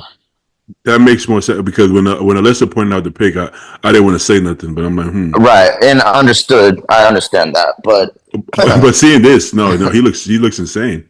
Skip For the sure. go through. There's a carousel where it has a few pictures. Oh, okay, yeah. Thanks, Justin. that's what he looks like Yeah, no currently. worries. Yeah, I mean, he looks good. Wait, what? Look at his adductor. Like, that is a very big adductor. Yeah, it is. Yeah. I mean, he looks great. What? So he's making a comeback, basically. Yes. Okay. Yes. Well, shout out to shout out Lucas. Brazilian guy. All right, Let's see. What's up with the glasses? I don't know. Okay. Got a bike back there, too. Right on. Nice bike. Not. It's just cool to see him coming back. Yeah, I don't see shit. Oh, Derek posts updates and shit, right? Hey, what do y'all think about? Let me see if Derek hold up. If it's recent, I'm gonna go to his page. But he posted an update, and okay, let's see if I can find it. I don't see it. But did you guys see that update he posted? This 6 days ago. It's like a video. I don't see it. Anyway, did you guys see the video he posted? I don't even know. I don't even know what you're talking about, man. Okay, he posted like an update video. Damn, I wanted to see what you guys thought. Maybe go to his. Seems like his posing has improved quite a bit. Like, I know he's working with Chris Cormier on some shit. Like that thigh actually looks pretty good right now. You should go to his tagged. Yeah, maybe it'll be tagged. Oh, good idea. Why are there always Indians? And everybody's tag photo, there's always Indian guys. Always, dude. Bro, you know how much Indians tag me and stuff? And I'm like, It's crazy. I don't get it. Why specifically Indians tag random bodybuilders? Oh. Like, how did you find me? Look, more Indian. This is an Indian lady in a nice dress. Why? I don't. Somebody explain that to me. With the what you call that tan? The dream tan? That gold shit. Yeah, that shit looks cool though. it looks cool on them, on their complexion. I think anybody else would look crazy. Yeah, you might look really stupid. Yeah, I think it only works for them. But I can't find the video, man. I don't want to go to YouTube, but he did do. He did like a full fucking round of posing, right? I mean, he like hit every shot, quarter turns, front double, he did everything, right? Is that the video you're talking about? That was. Yeah, I don't know. I don't know where the fuck that's at, but he just posted that like last week or something. He must have deleted it. Yeah, because everybody was talking shit from what I saw. Yeah, but give me a fucking break. But I mean, like, come on, dude. They're saying like he's behind him. Like, for one, he was 5 weeks out, and two, hey, no, that video was on there. Go back to his page. I saw it. You saw it? I don't know what you're talking about. Scroll down. In like the garage door? Yes, in the natural light. We saw that one. No, not not, tag photos. not on the tag ones. They're on the tag photos. To regular posts? Yep, right on. I just saw it. Down. Right there it is. Yeah, right there. Yeah. Oh, you're right. Okay. I thought we already seen this one though. 80s tech savvy strikes again. This was okay. This was 4 weeks out, and here's the thing, right? Cristosito has a different method than Hani, because yes, with Hani, by the time he was 4 weeks out, he was fucking peeled. He was like stage ready, right? But that's not always a good thing. I don't think he should be stage ready at 4 weeks out. Well, I don't think it was a good thing for him, and I think they proved that a few years in a row with his legs downsizing as they came into the show. It just seemed like he could never get filled back up. So it seems like he needs to just like get in shape that last week and then peak. You know, some people just can't. I think Stu's the same way, where he talked like once you get in shape, like after that, your body starts running from you. Yeah. Well, and then he's never fat to begin with, so it's not like he had a lot of fat to lose, anyways. You know, if you can see glute lines, I don't think you're as far off as you think you are. You know, for the most part. You know, so you know what? But to be honest, I don't know what you guys think. I feel like they were chasing like striations and separation from the front, and just had to push everything so far. And it's just like it's not going to happen. It's not coming.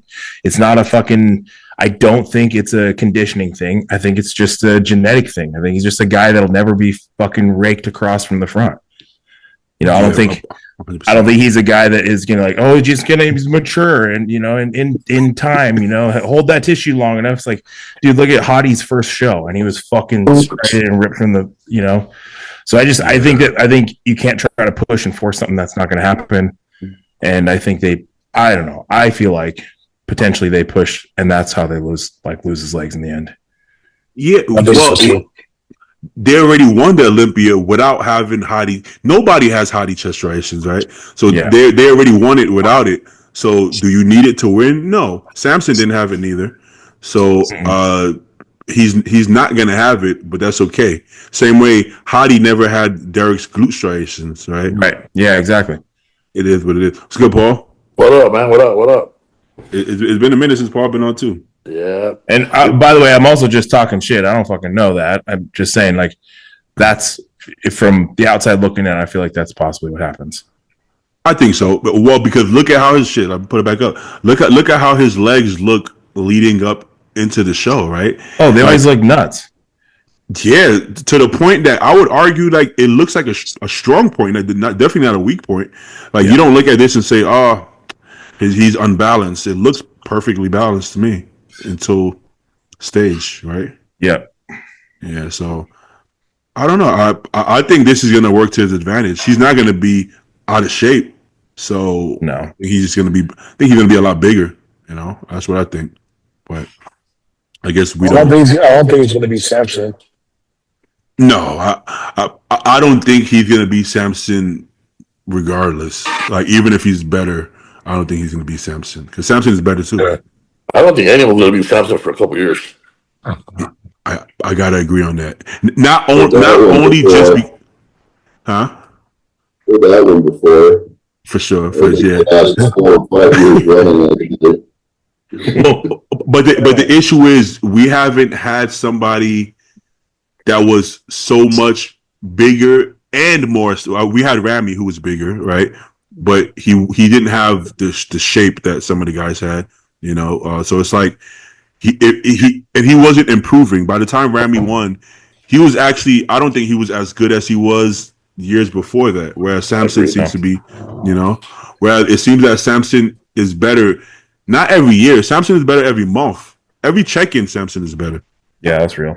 Like legit, every check-in he looks better to me, you know. But that doesn't mean that he's gonna win forever. But I think I have to agree with Paul on that one. I think it's gonna be hard to beat him. You know? But I kind of feel like if anybody could beat him, it's Andrew. That's exactly what I've been saying too. Exactly. That was like, really what I was going to ask. I honestly think Andrew is just built a little bit better, structured a little bit. Like his arms are better. I think his back is better than Samson's. I think the Samson's legs are just so much fucking better than Andrew's and his side shots. But structurally, I mean, Andrew's incredible, dude. I think it's going to come down to a conditioning thing, right? And a little bit more meat in the hammies. Yeah, that's it. I don't think anybody's structurally better than Andrew.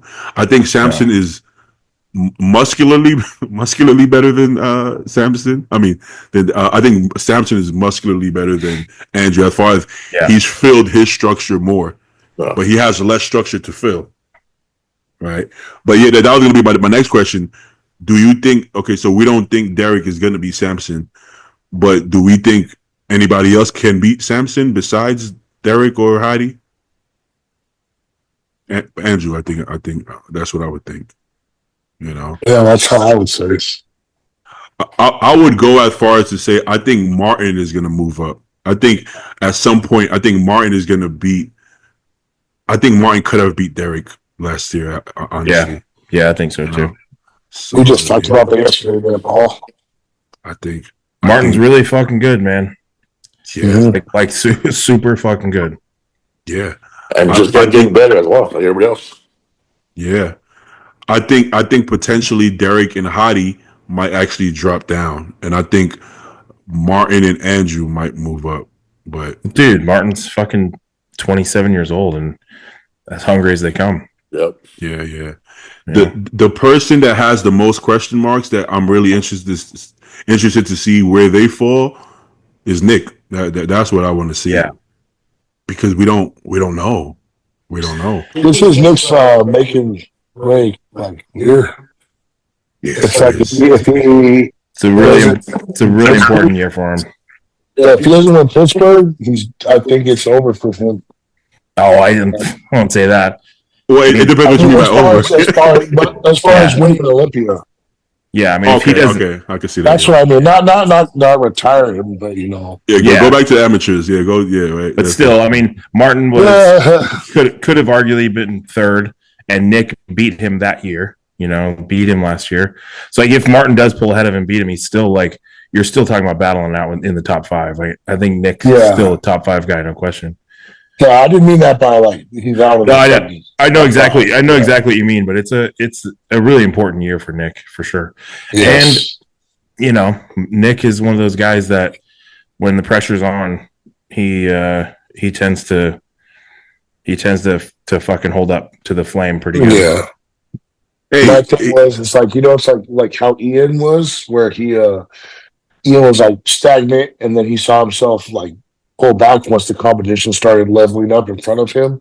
So it's like he's either going to stay in it or start slowly falling behind as these other guys keep improving, like the Martins and stuff. And yeah, but also Nick wants to win so bad that what would Nick? Let's say if Nick doesn't win Pittsburgh, and then Nick isn't a top 5 guy at the Olympia, Do you think Nick would even? I mean, I can ask him the question myself, but for podcast sake, do you think Nick would actually want to continue to compete if he's not in the top 5? That's what I was thinking too. Where would his mental be at? I mean, You know what I'm I'm not saying? Nick. I'm not Nick, but if I were to fall like that, I don't think I would. If my dream was to be a Mr. Olympia and now I'm out of the top 5, I don't know. But then what would you do? Because then would you not try to get back in there, or would you just be like, "Fuck it"? Ramy said, "Fuck it." It looks like. I mean, look at Dexter Jackson, right? Once he fell out of the top 5, he said, "Fuck it." I mean, obviously it was 50. But he also dominated 55. for 30 years. I mean, but I'm just saying, like, once he hit that point, it's like I'm done for sure. Like, I'm out of this bitch. And I feel like Ramy also had like a major backsliding with his physique, but he won 2 Olympias, and then now his physique is deteriorating. I don't think Nick's physique is deteriorating. I think Nick is still no. You know, I think Nick's a guy that, as long as he keeps his waistline in check, can still continue to improve over the next 3 to 5 years. So you think within Nick's frame though, so like Nick has he has that freak factor, right? But because you're going into more of a shape kind of thing nowadays, you think Nick could even you think he's getting lost within what they want right now? I think anytime, even if a guy's got really good shape, if he slips up and he's out of shape, that's when a guy like Nick is gonna squeeze in. Yeah, see, you know. I don't if Samson's 100%, Nick's not going to beat him. But if Samson is fucking 80, then he might. You know, I'm thinking about how many people are like, okay, so you got Samson, you got Andrew, you got Martin, you got Derek. These guys were better shaped than Nick, but I mean, all of them bring pretty good conditioning. Yeah, you know what I'm saying? Well, okay, but here's the thing, though. Do you think they're actually choosing to go for shape, or they just were no shape guys who were big enough and hard enough to even be in contention to begin with, right? Because they have to go by what's there. Samson wasn't big enough or hard enough to beat them before. Andrew wasn't even in the IFBB.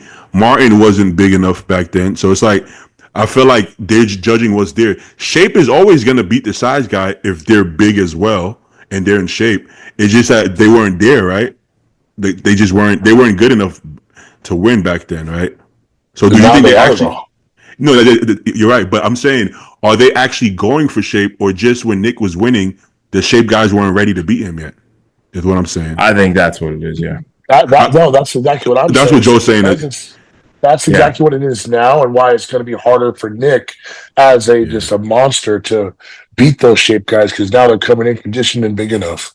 Exactly. Yeah. So Joe was basically saying the same. So it's like, if Sean Ray and Flex Wheeler happen to be 30 pounds heavier and shredded, they would have beat Dorian. It's just they weren't ready to beat him, right? So I think that's the tough part, that Nick is entering the era where he's not the only big guy. There's big guys who are also shapely guys, you know? Yeah. You know, he is more consistent than them so far. Yeah, he's more consistent. I mean, but even, you know, you even heard Steve say he's going to have a hard time. Yeah. Well, maybe they're not rewarding condition as much as they used to, though. I think that is probably actually true, right? Do you think? Because I don't think Samson was peeled, though. Does anybody think Samson was peeled at the Olympia, or he was in good enough shape? Yeah, you know, good enough. I mean, I think it was his best, but he wasn't peeled.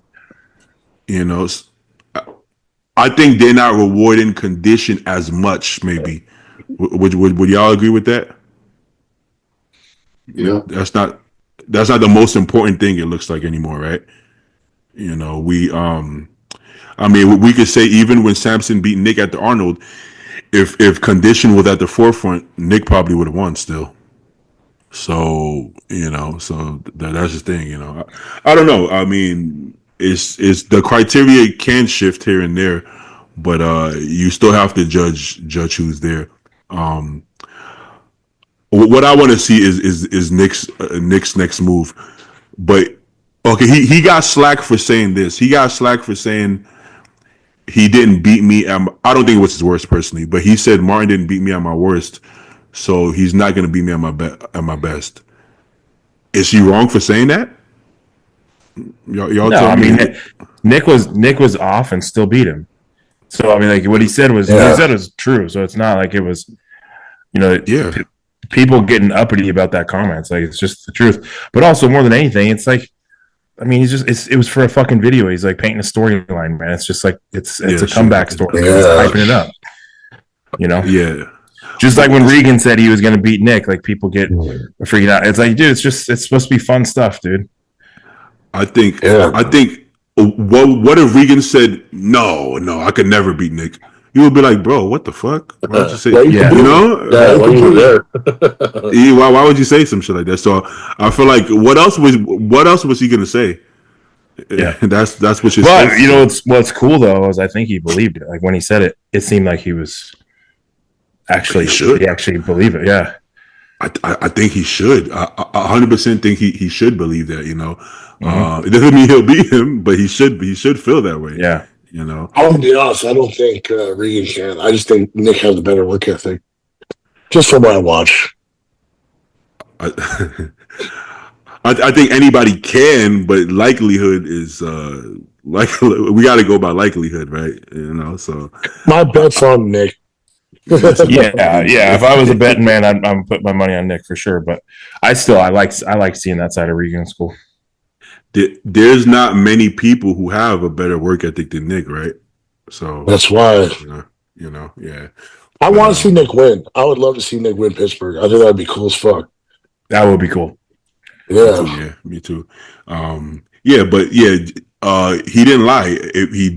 Martin, like Justin said, Martin was fourth, could have been third, and he didn't beat Nick, and Nick wasn't at his best. So instead of, we almost look at it as like that's a slight toward Nick, but that's kind of if he was at his best and beat Martin by 1 point, I think that's a problem.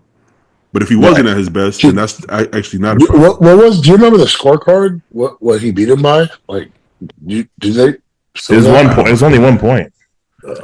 When Nick beat Martin, it was only by 1 point. It was really fucking close.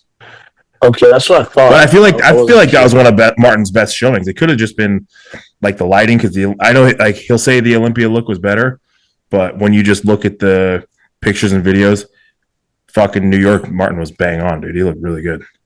Yeah, I gotta agree with that. I still think New York. Well, the Olympia Martin was pretty cool too, but hey, Martin had a crazy physique. I mean, he's potentially a future future Olympia winner, being his age, that he's going to outlast everybody in front of him. Yeah, he could. All right, y'all want to do a couple questions before we sign off? Yes. Hey, when does what time does Super Bowl start? 3:30. We start at 3:30. Yeah. All right, bet. All right, let's see. Can we start calling out old school bodybuilders who used SEO and talk shit about bodybuilders using them? Arguing with Chris over here. I feel like that would be most of them. I feel like where did we learn it from, or where did guys today learn it from? They learned it from the 90s guys. So I mean, and most of them admitted to it already. So it was higher quality back then, guys. But that's kind of like, honestly though, that's what old men do though, right?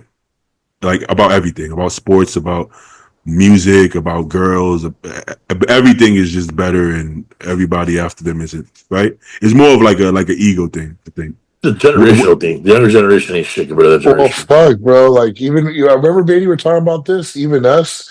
We are slowly becoming that. We'll start talking shit about the 18 or 19-year-olds coming up. Like, what the fuck is this shit? But my day. those kids are idiots. They don't know what they're doing. Way wrong there.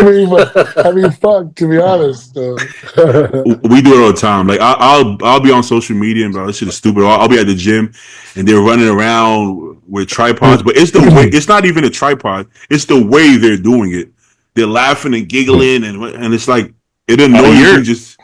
You're in LA, so you're like fucking right in the mix. You're just carrying yourself like a pussy over there. To be honest, I think it's gonna happen to all of us. I think, and in 20 years we're gonna be like, oh, these guys, they all look the same. Look at this. It's a glue contest. We're probably gonna do the same shit. But back in our days, posing meant something, motherfucker. You had to do something. Top 5 in 2024. I mean, come on. I knew These guys could never. He never rehearsed his routine. Hey, do you know any of these guys at the nationals? I don't follow the sport, but I just don't know them. I feel like I should know them, even though I don't follow the sport. But who are they? Who the fuck? How the fuck would you know them? You don't you don't follow the sport, right? So, anyways, let's not do the opposite. We getting old too, so we gotta keep the trend going. Yeah. Do y'all feel that way about music though? Honestly, I feel like music is shit. That's where the conversation was the same. Yeah. I'm saying, like, you guys know what music is. Whatever's nostalgic to you, shit. I mean, some of us prefer 90s physiques too. Not that we think they're better, we just like it. I like Kevin LeBron. I would love to look like Kevin LeBron, you know, but I'm not gonna say that Kevin beats Phil or something like that. It's just that, you know, Kevin wouldn't be dominating today. No, you know, but it's a nice physique. It's a great physique to look like, you know. Or Lee Priest, you know, the Lee Keon debate. I think Lee had one of my favorite physiques, but he wouldn't beat Keon in today's. Keon is objectively better. Yeah, it's just sad when like they feel like they have to parade themselves out when really they're parading corpses. You know, it's like don't ruin your legacy by being that old dude who just can't shut the fuck up. Still have the best way with words. We think highly of you, except when you open your fucking mouth. Hey, be like Jay, bro. Jay does nothing but fucking spread positivity. He'll have younger guys on and he'll talk positive. He doesn't make it all about him. Like, oh yeah, but me. No, Jay's the fucking man, and Jay will also open up his Instagram and go to like all the new bodybuilders and comment on their page and tell them good luck and fucking, you know, like the guy, if you won nationals, Jay's going to comment on your post. Like, he's just a fucking really good guy and he cares about the sport and he's only trying to uplift it. Yeah, Jay is so funny, man. Like, cause he's so nice. So like, I was watching a podcast with him and Regan. And he was talking to Regan about his training. He's like, yeah, Regan, you look really chill when you train, you know? He's like, you never look at the weights and just like mad at him, just want to throw him around or nothing like that. That was the nicest way of saying that is. You know what he's trying to say. You know what he's trying to say, but he's like, he laughs when he said, he's like, you never get mad at him, just looking at him. Hey, but that's what makes him such a good ambassador, because part of it is, you know, you can say the truth without being a dick at the same time, right? And he does it in a way that's politically correct, but he's still, you know, being honest. You know, I like Jay personally. Okay, where's Zayd? Zayd is here. Zayd is here. You know, he just he's just taking a personal break. But people got lives, man. I know it's hard to believe that, but people do have lives. But shout out Zayd. You have to fight one guy. If you have to fight one guy from the Olympia, who can you beat in a fight? All of them. Fuck it. Who's at the Olympia? Jake Wood. I'm going to fight him for ownership of the Olympia. It's going to be an oiled up cage match and he's going to really enjoy it. Oh shit! There's nobody that's. I think Andrew Jack can fight from what I know. Yeah, I'm pretty sure. So Andrew will kill you. Yeah, wasn't he like some kind of like military specialist and shit? I think he did kickboxing, didn't he? He definitely did some kind of martial arts, but I think Paul may be right. Yeah, he's like in Nigeria. Dude, Andrew knocks you out with his fucking titty, bro. So fuck you up. So not Andrew. I don't want to fight. What's the question again? Who can you bet? That's probably who you can't beat up. If you catch Patrick on a rainy floor, don't fight him. In a parking lot, don't fight him. Maybe indoors. You might. Shit is hilarious. I can't believe. I mean, like, obviously he's a boxer, so he's pretty confident in himself. But like 6 weeks out, you're gonna go in the parking lot and get in a fist fight, dude. You're insane. Yeah. Especially in Texas. Enough. 6 weeks out, someone invites me to go bowling. I'm not doing it. Me neither. Yeah. Well, but especially in Texas, bro, I'm pulling out the gun. I'm gonna have the gun out once I woke up. Like, hey, we're not doing this right now. You know, you were just a walking stereotype, dude. What we do in Texas. Hey, but like, why? Like Stu always says, bro. Why grown men? We don't got time to fight, man. We got shit to do, bro. No, that's fucking crazy, dude. I couldn't believe that. I was like, Jesus Christ, man. I mean, it was funny to watch, but like, damn, dude. Yeah. Well, don't get me wrong. There's a time and place. There's some scenarios you kind of have to, right? We all know that certain scenarios where you might have to, but that wasn't one of them. You know, didn't seem like it. Meet me out back at 2 p.m. I'll be there. Yeah. He actually went. I'll be there.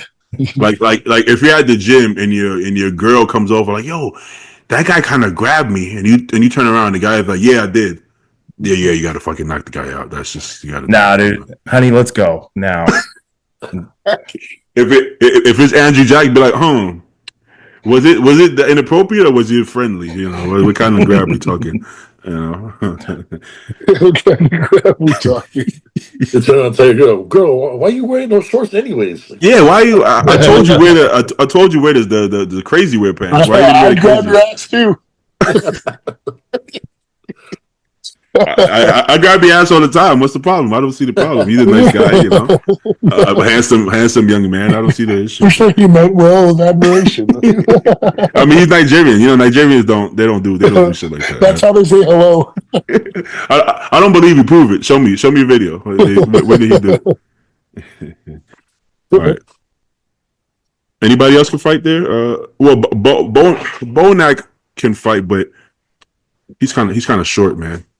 Not that I don't.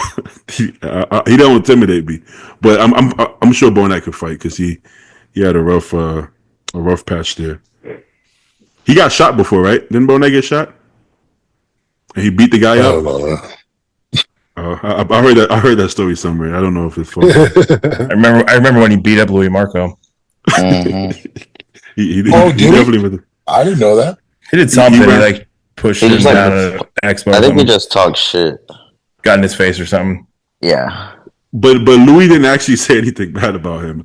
Not really. Louis a fucking master troll, but he is a troll. He is a troll.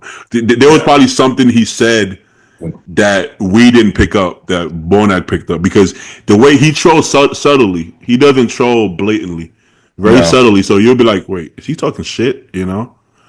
You see how he'll post a picture of like Nick and Dorian, and he'll be like, "Who has a better back?" And you're like, "Bro, come on, what are you trying to say?" Like he's doing it subtly, you know. I like Louis though. Best ways to hustle. Best ways to hustle and make money after moving out and pursuing bodybuilding. Get a job.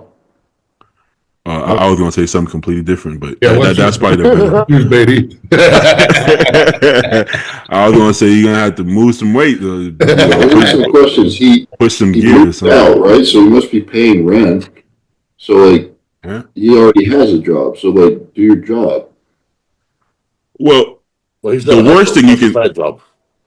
Job. That's one thing, but what's a hustle? Side money. Yeah, you got to do both. The worst thing you can do is what some people actually ask this, like they want to quit their job for bodybuilding, and that's the opposite. I know where this kid is coming from, which is why I'm mocking him. Doing that. Yeah, but dude, you need a job. Everybody who's a good bodybuilder has a job. If anything, you need more jobs. You need more work, not less. So you shouldn't be quitting jobs. You should be getting more work. Develop some skills so you can actually hustle.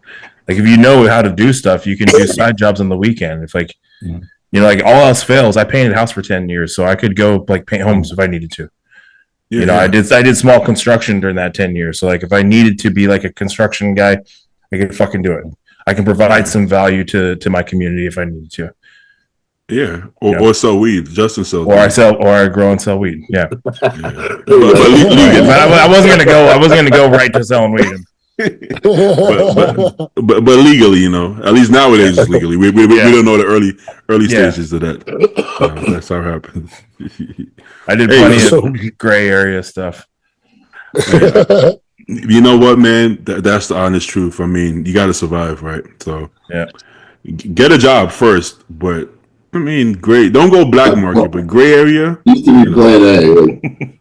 Yeah, you still have to have plan A. I think jobs are like frowned upon these days. Everybody wants to be like a famous. Everybody wants to be an influencer.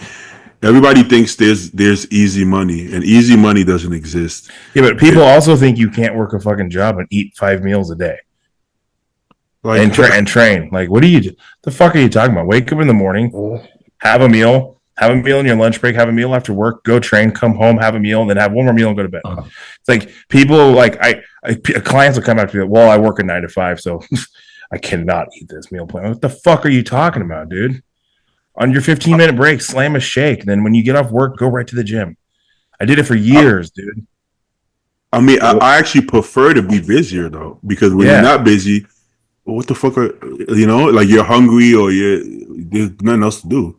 And when you're like, you got to be to work at 8 a.m., you're just like up and you're out the door and you're moving. Just bring your fucking food and eat it. People who think that you can't eat 4 or 5 times a day while working a goddamn 7-hour shift is just ridiculous.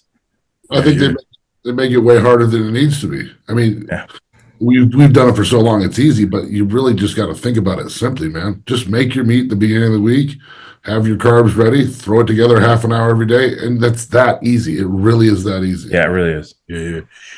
You know, we talked about working a job, being a bodybuilder, and being a parent on top of that. And at the time we had the conversation, this was a while ago, I didn't think it was possible.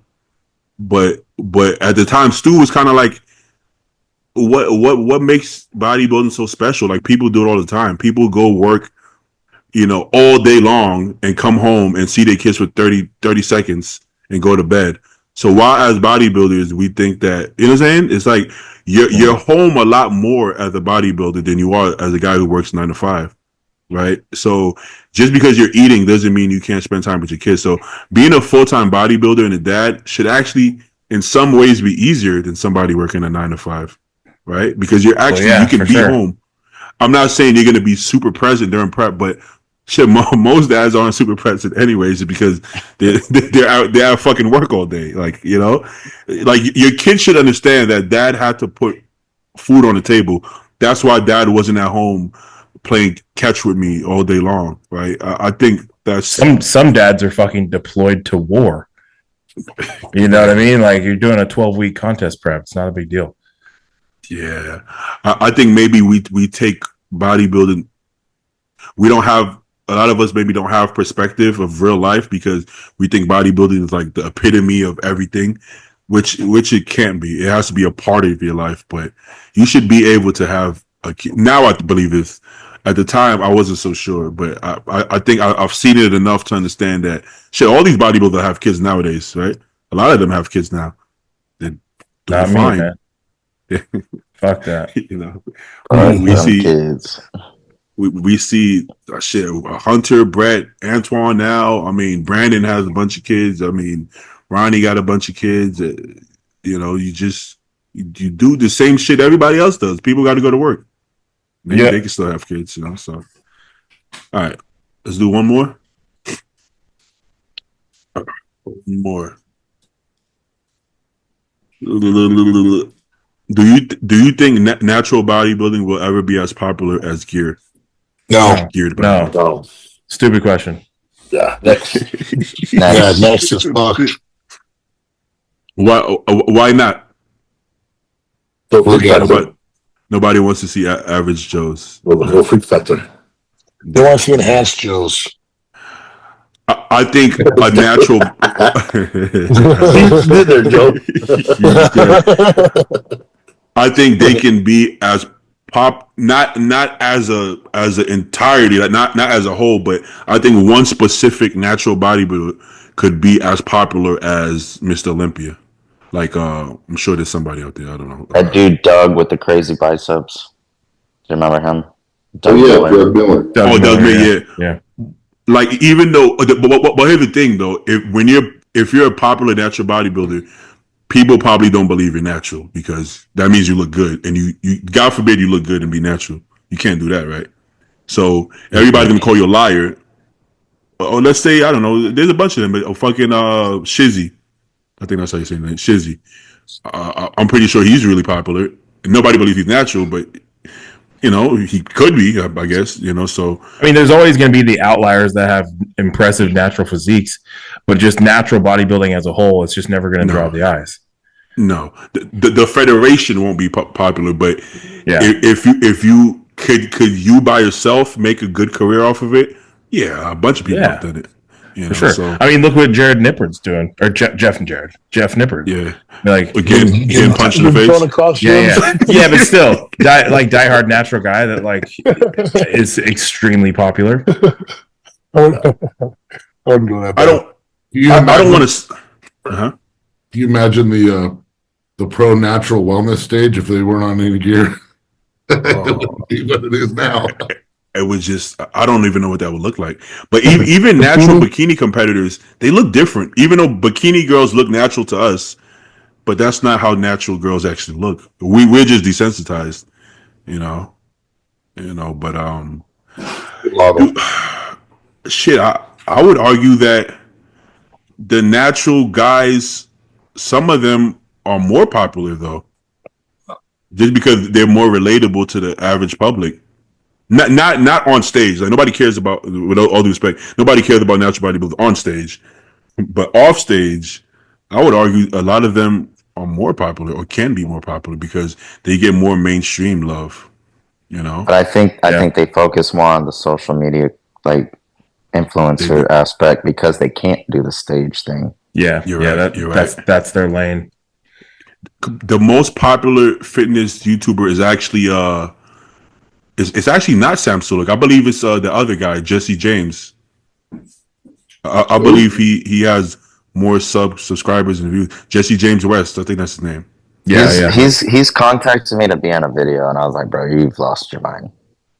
He wanted to name the video like Average Joes versus Steroid Women. Oh boy.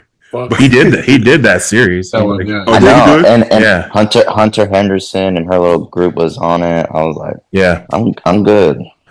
Because you know they're gonna try to kind of make you look bad to some extent, which is it could go. I don't want to be labeled as a steroid woman. I want to be labeled as Miss Olympia, not that. Go! Smart move. Well, but does it count if he has to use people on steroids to get views? That's kind of. It's almost like the way he messaged me. If I showed you my DMs, it was like 3 messages, and then I responded. I told him, your approach is way off for one. Yo, I think you posted this on your stories, didn't you? Yeah, and then he messaged me like 4 more. Yeah, he's messaged me multiple times. It's like you're desperate for content. Like you're just reaching, and you didn't even offer any money or anything. If you would have came at me with some money, I would have been cool about it, but still declined. But you're just like, hey, you want to be in my video? No, I'm good. Well, because he's so used to everybody wanting clout so bad that he doesn't have to pay them. So and a lot of people feel like when someone like Jesse James hits them up, it means something, and it doesn't do anything for you. He's using you. Yeah. He's just simply using you for his content. That video might have even hurt you more than helped you. Dude, I watched it and I was like, they wanted me to do all that. I was like, that's not who I am. I'm not trying to be that. I want to be, again, Miss Olympia, and I don't want people to be like, well, she was in the steroid, you know? That's just not. You don't want to do it. Well, so to answer your question nicely, on stage, no, natural bodybuilding won't ever be that big. But if you want to stay natural, there's avenues you can take to be very successful. Yeah, but get a job. Yeah, you probably start the job. All right, last question for real. That one don't count. This is the real last one.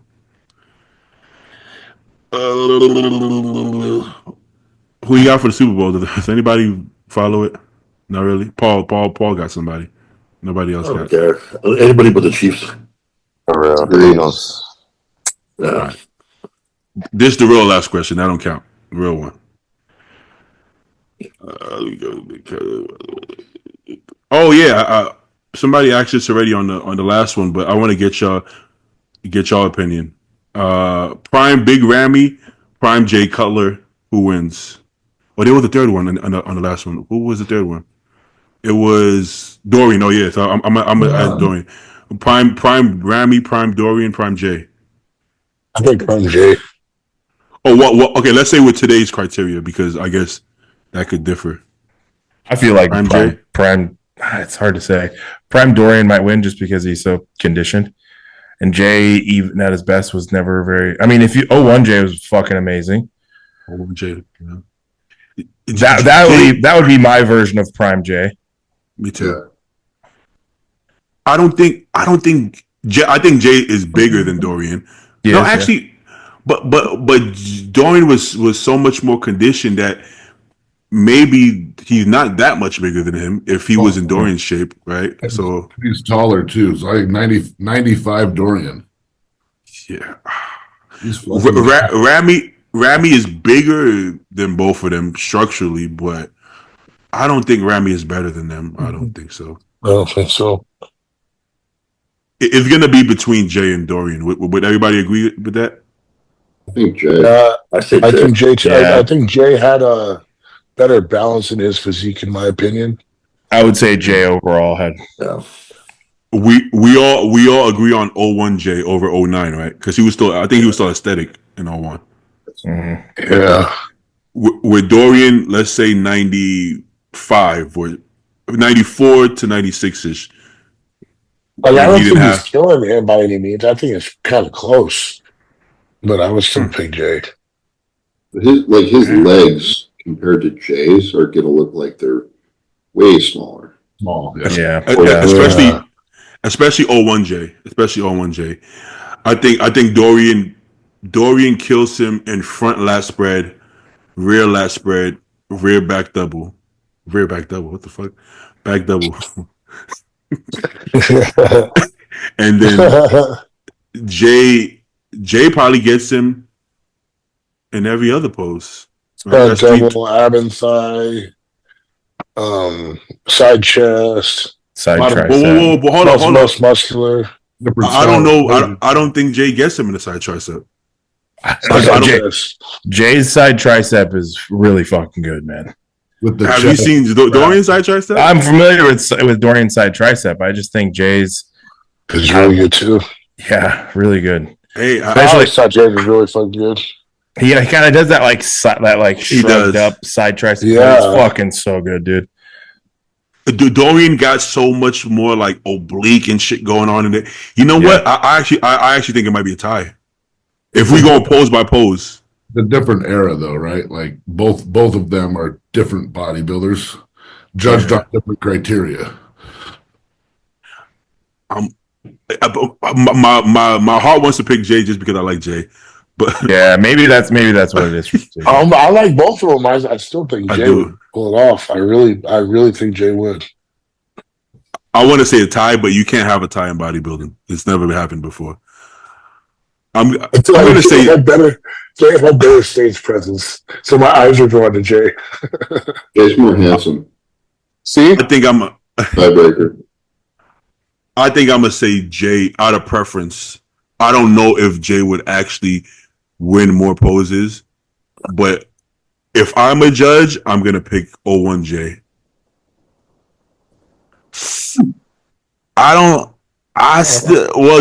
Jay wasn't taller than Dorian, so it's scaled wrong. But I mean, the flow of the physique is just sick as fuck.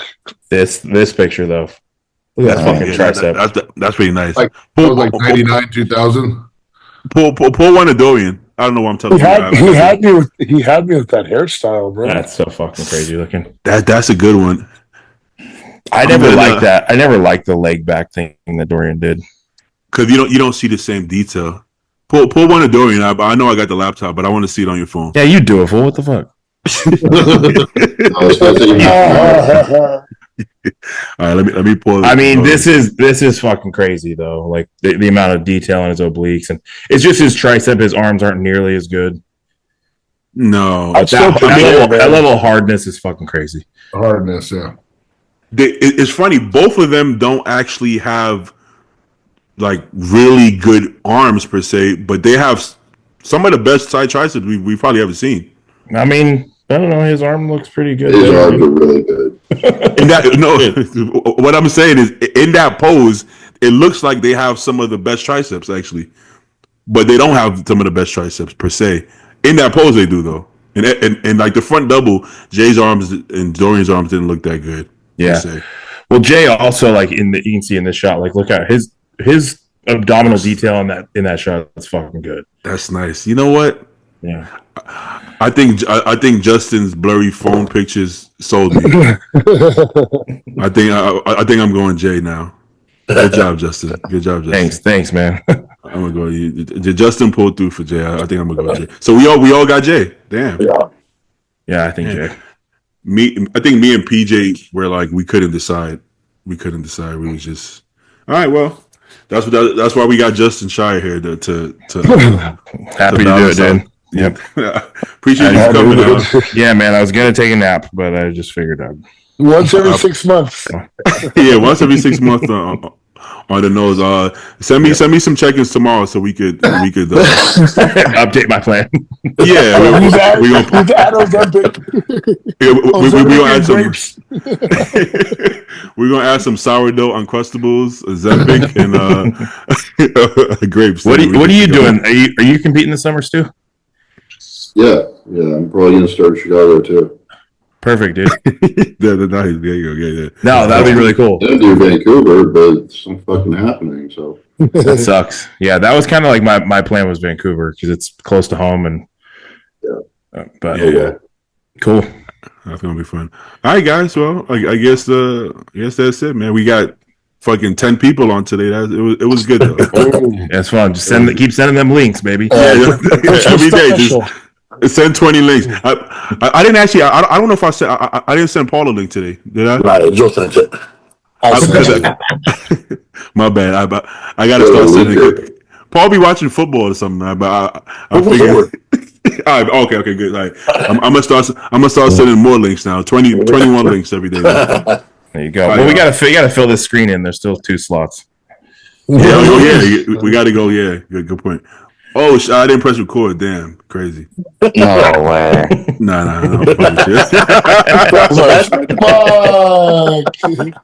That happened once. I lost footage. That happened once before, actually. I think Justin was on when that happened. That's funny. I didn't press. Yeah, when I pressed record during the middle, and you were like, "What the fuck, bro?" You remember? I think that definitely happened while you was on before. That's why I never came back on, dude. Yeah, see what you did. All right, y'all. I appreciate you having me on, man. It's always fun. Valentine's Day special. Yeah, Valentine's special. With you're wearing red. You're red. Yeah. Oh yeah. Oh shit! I'm gonna rock this shit for Valentine's. You looking extra cultured today. For the culture. All right, guys. Let's hop off.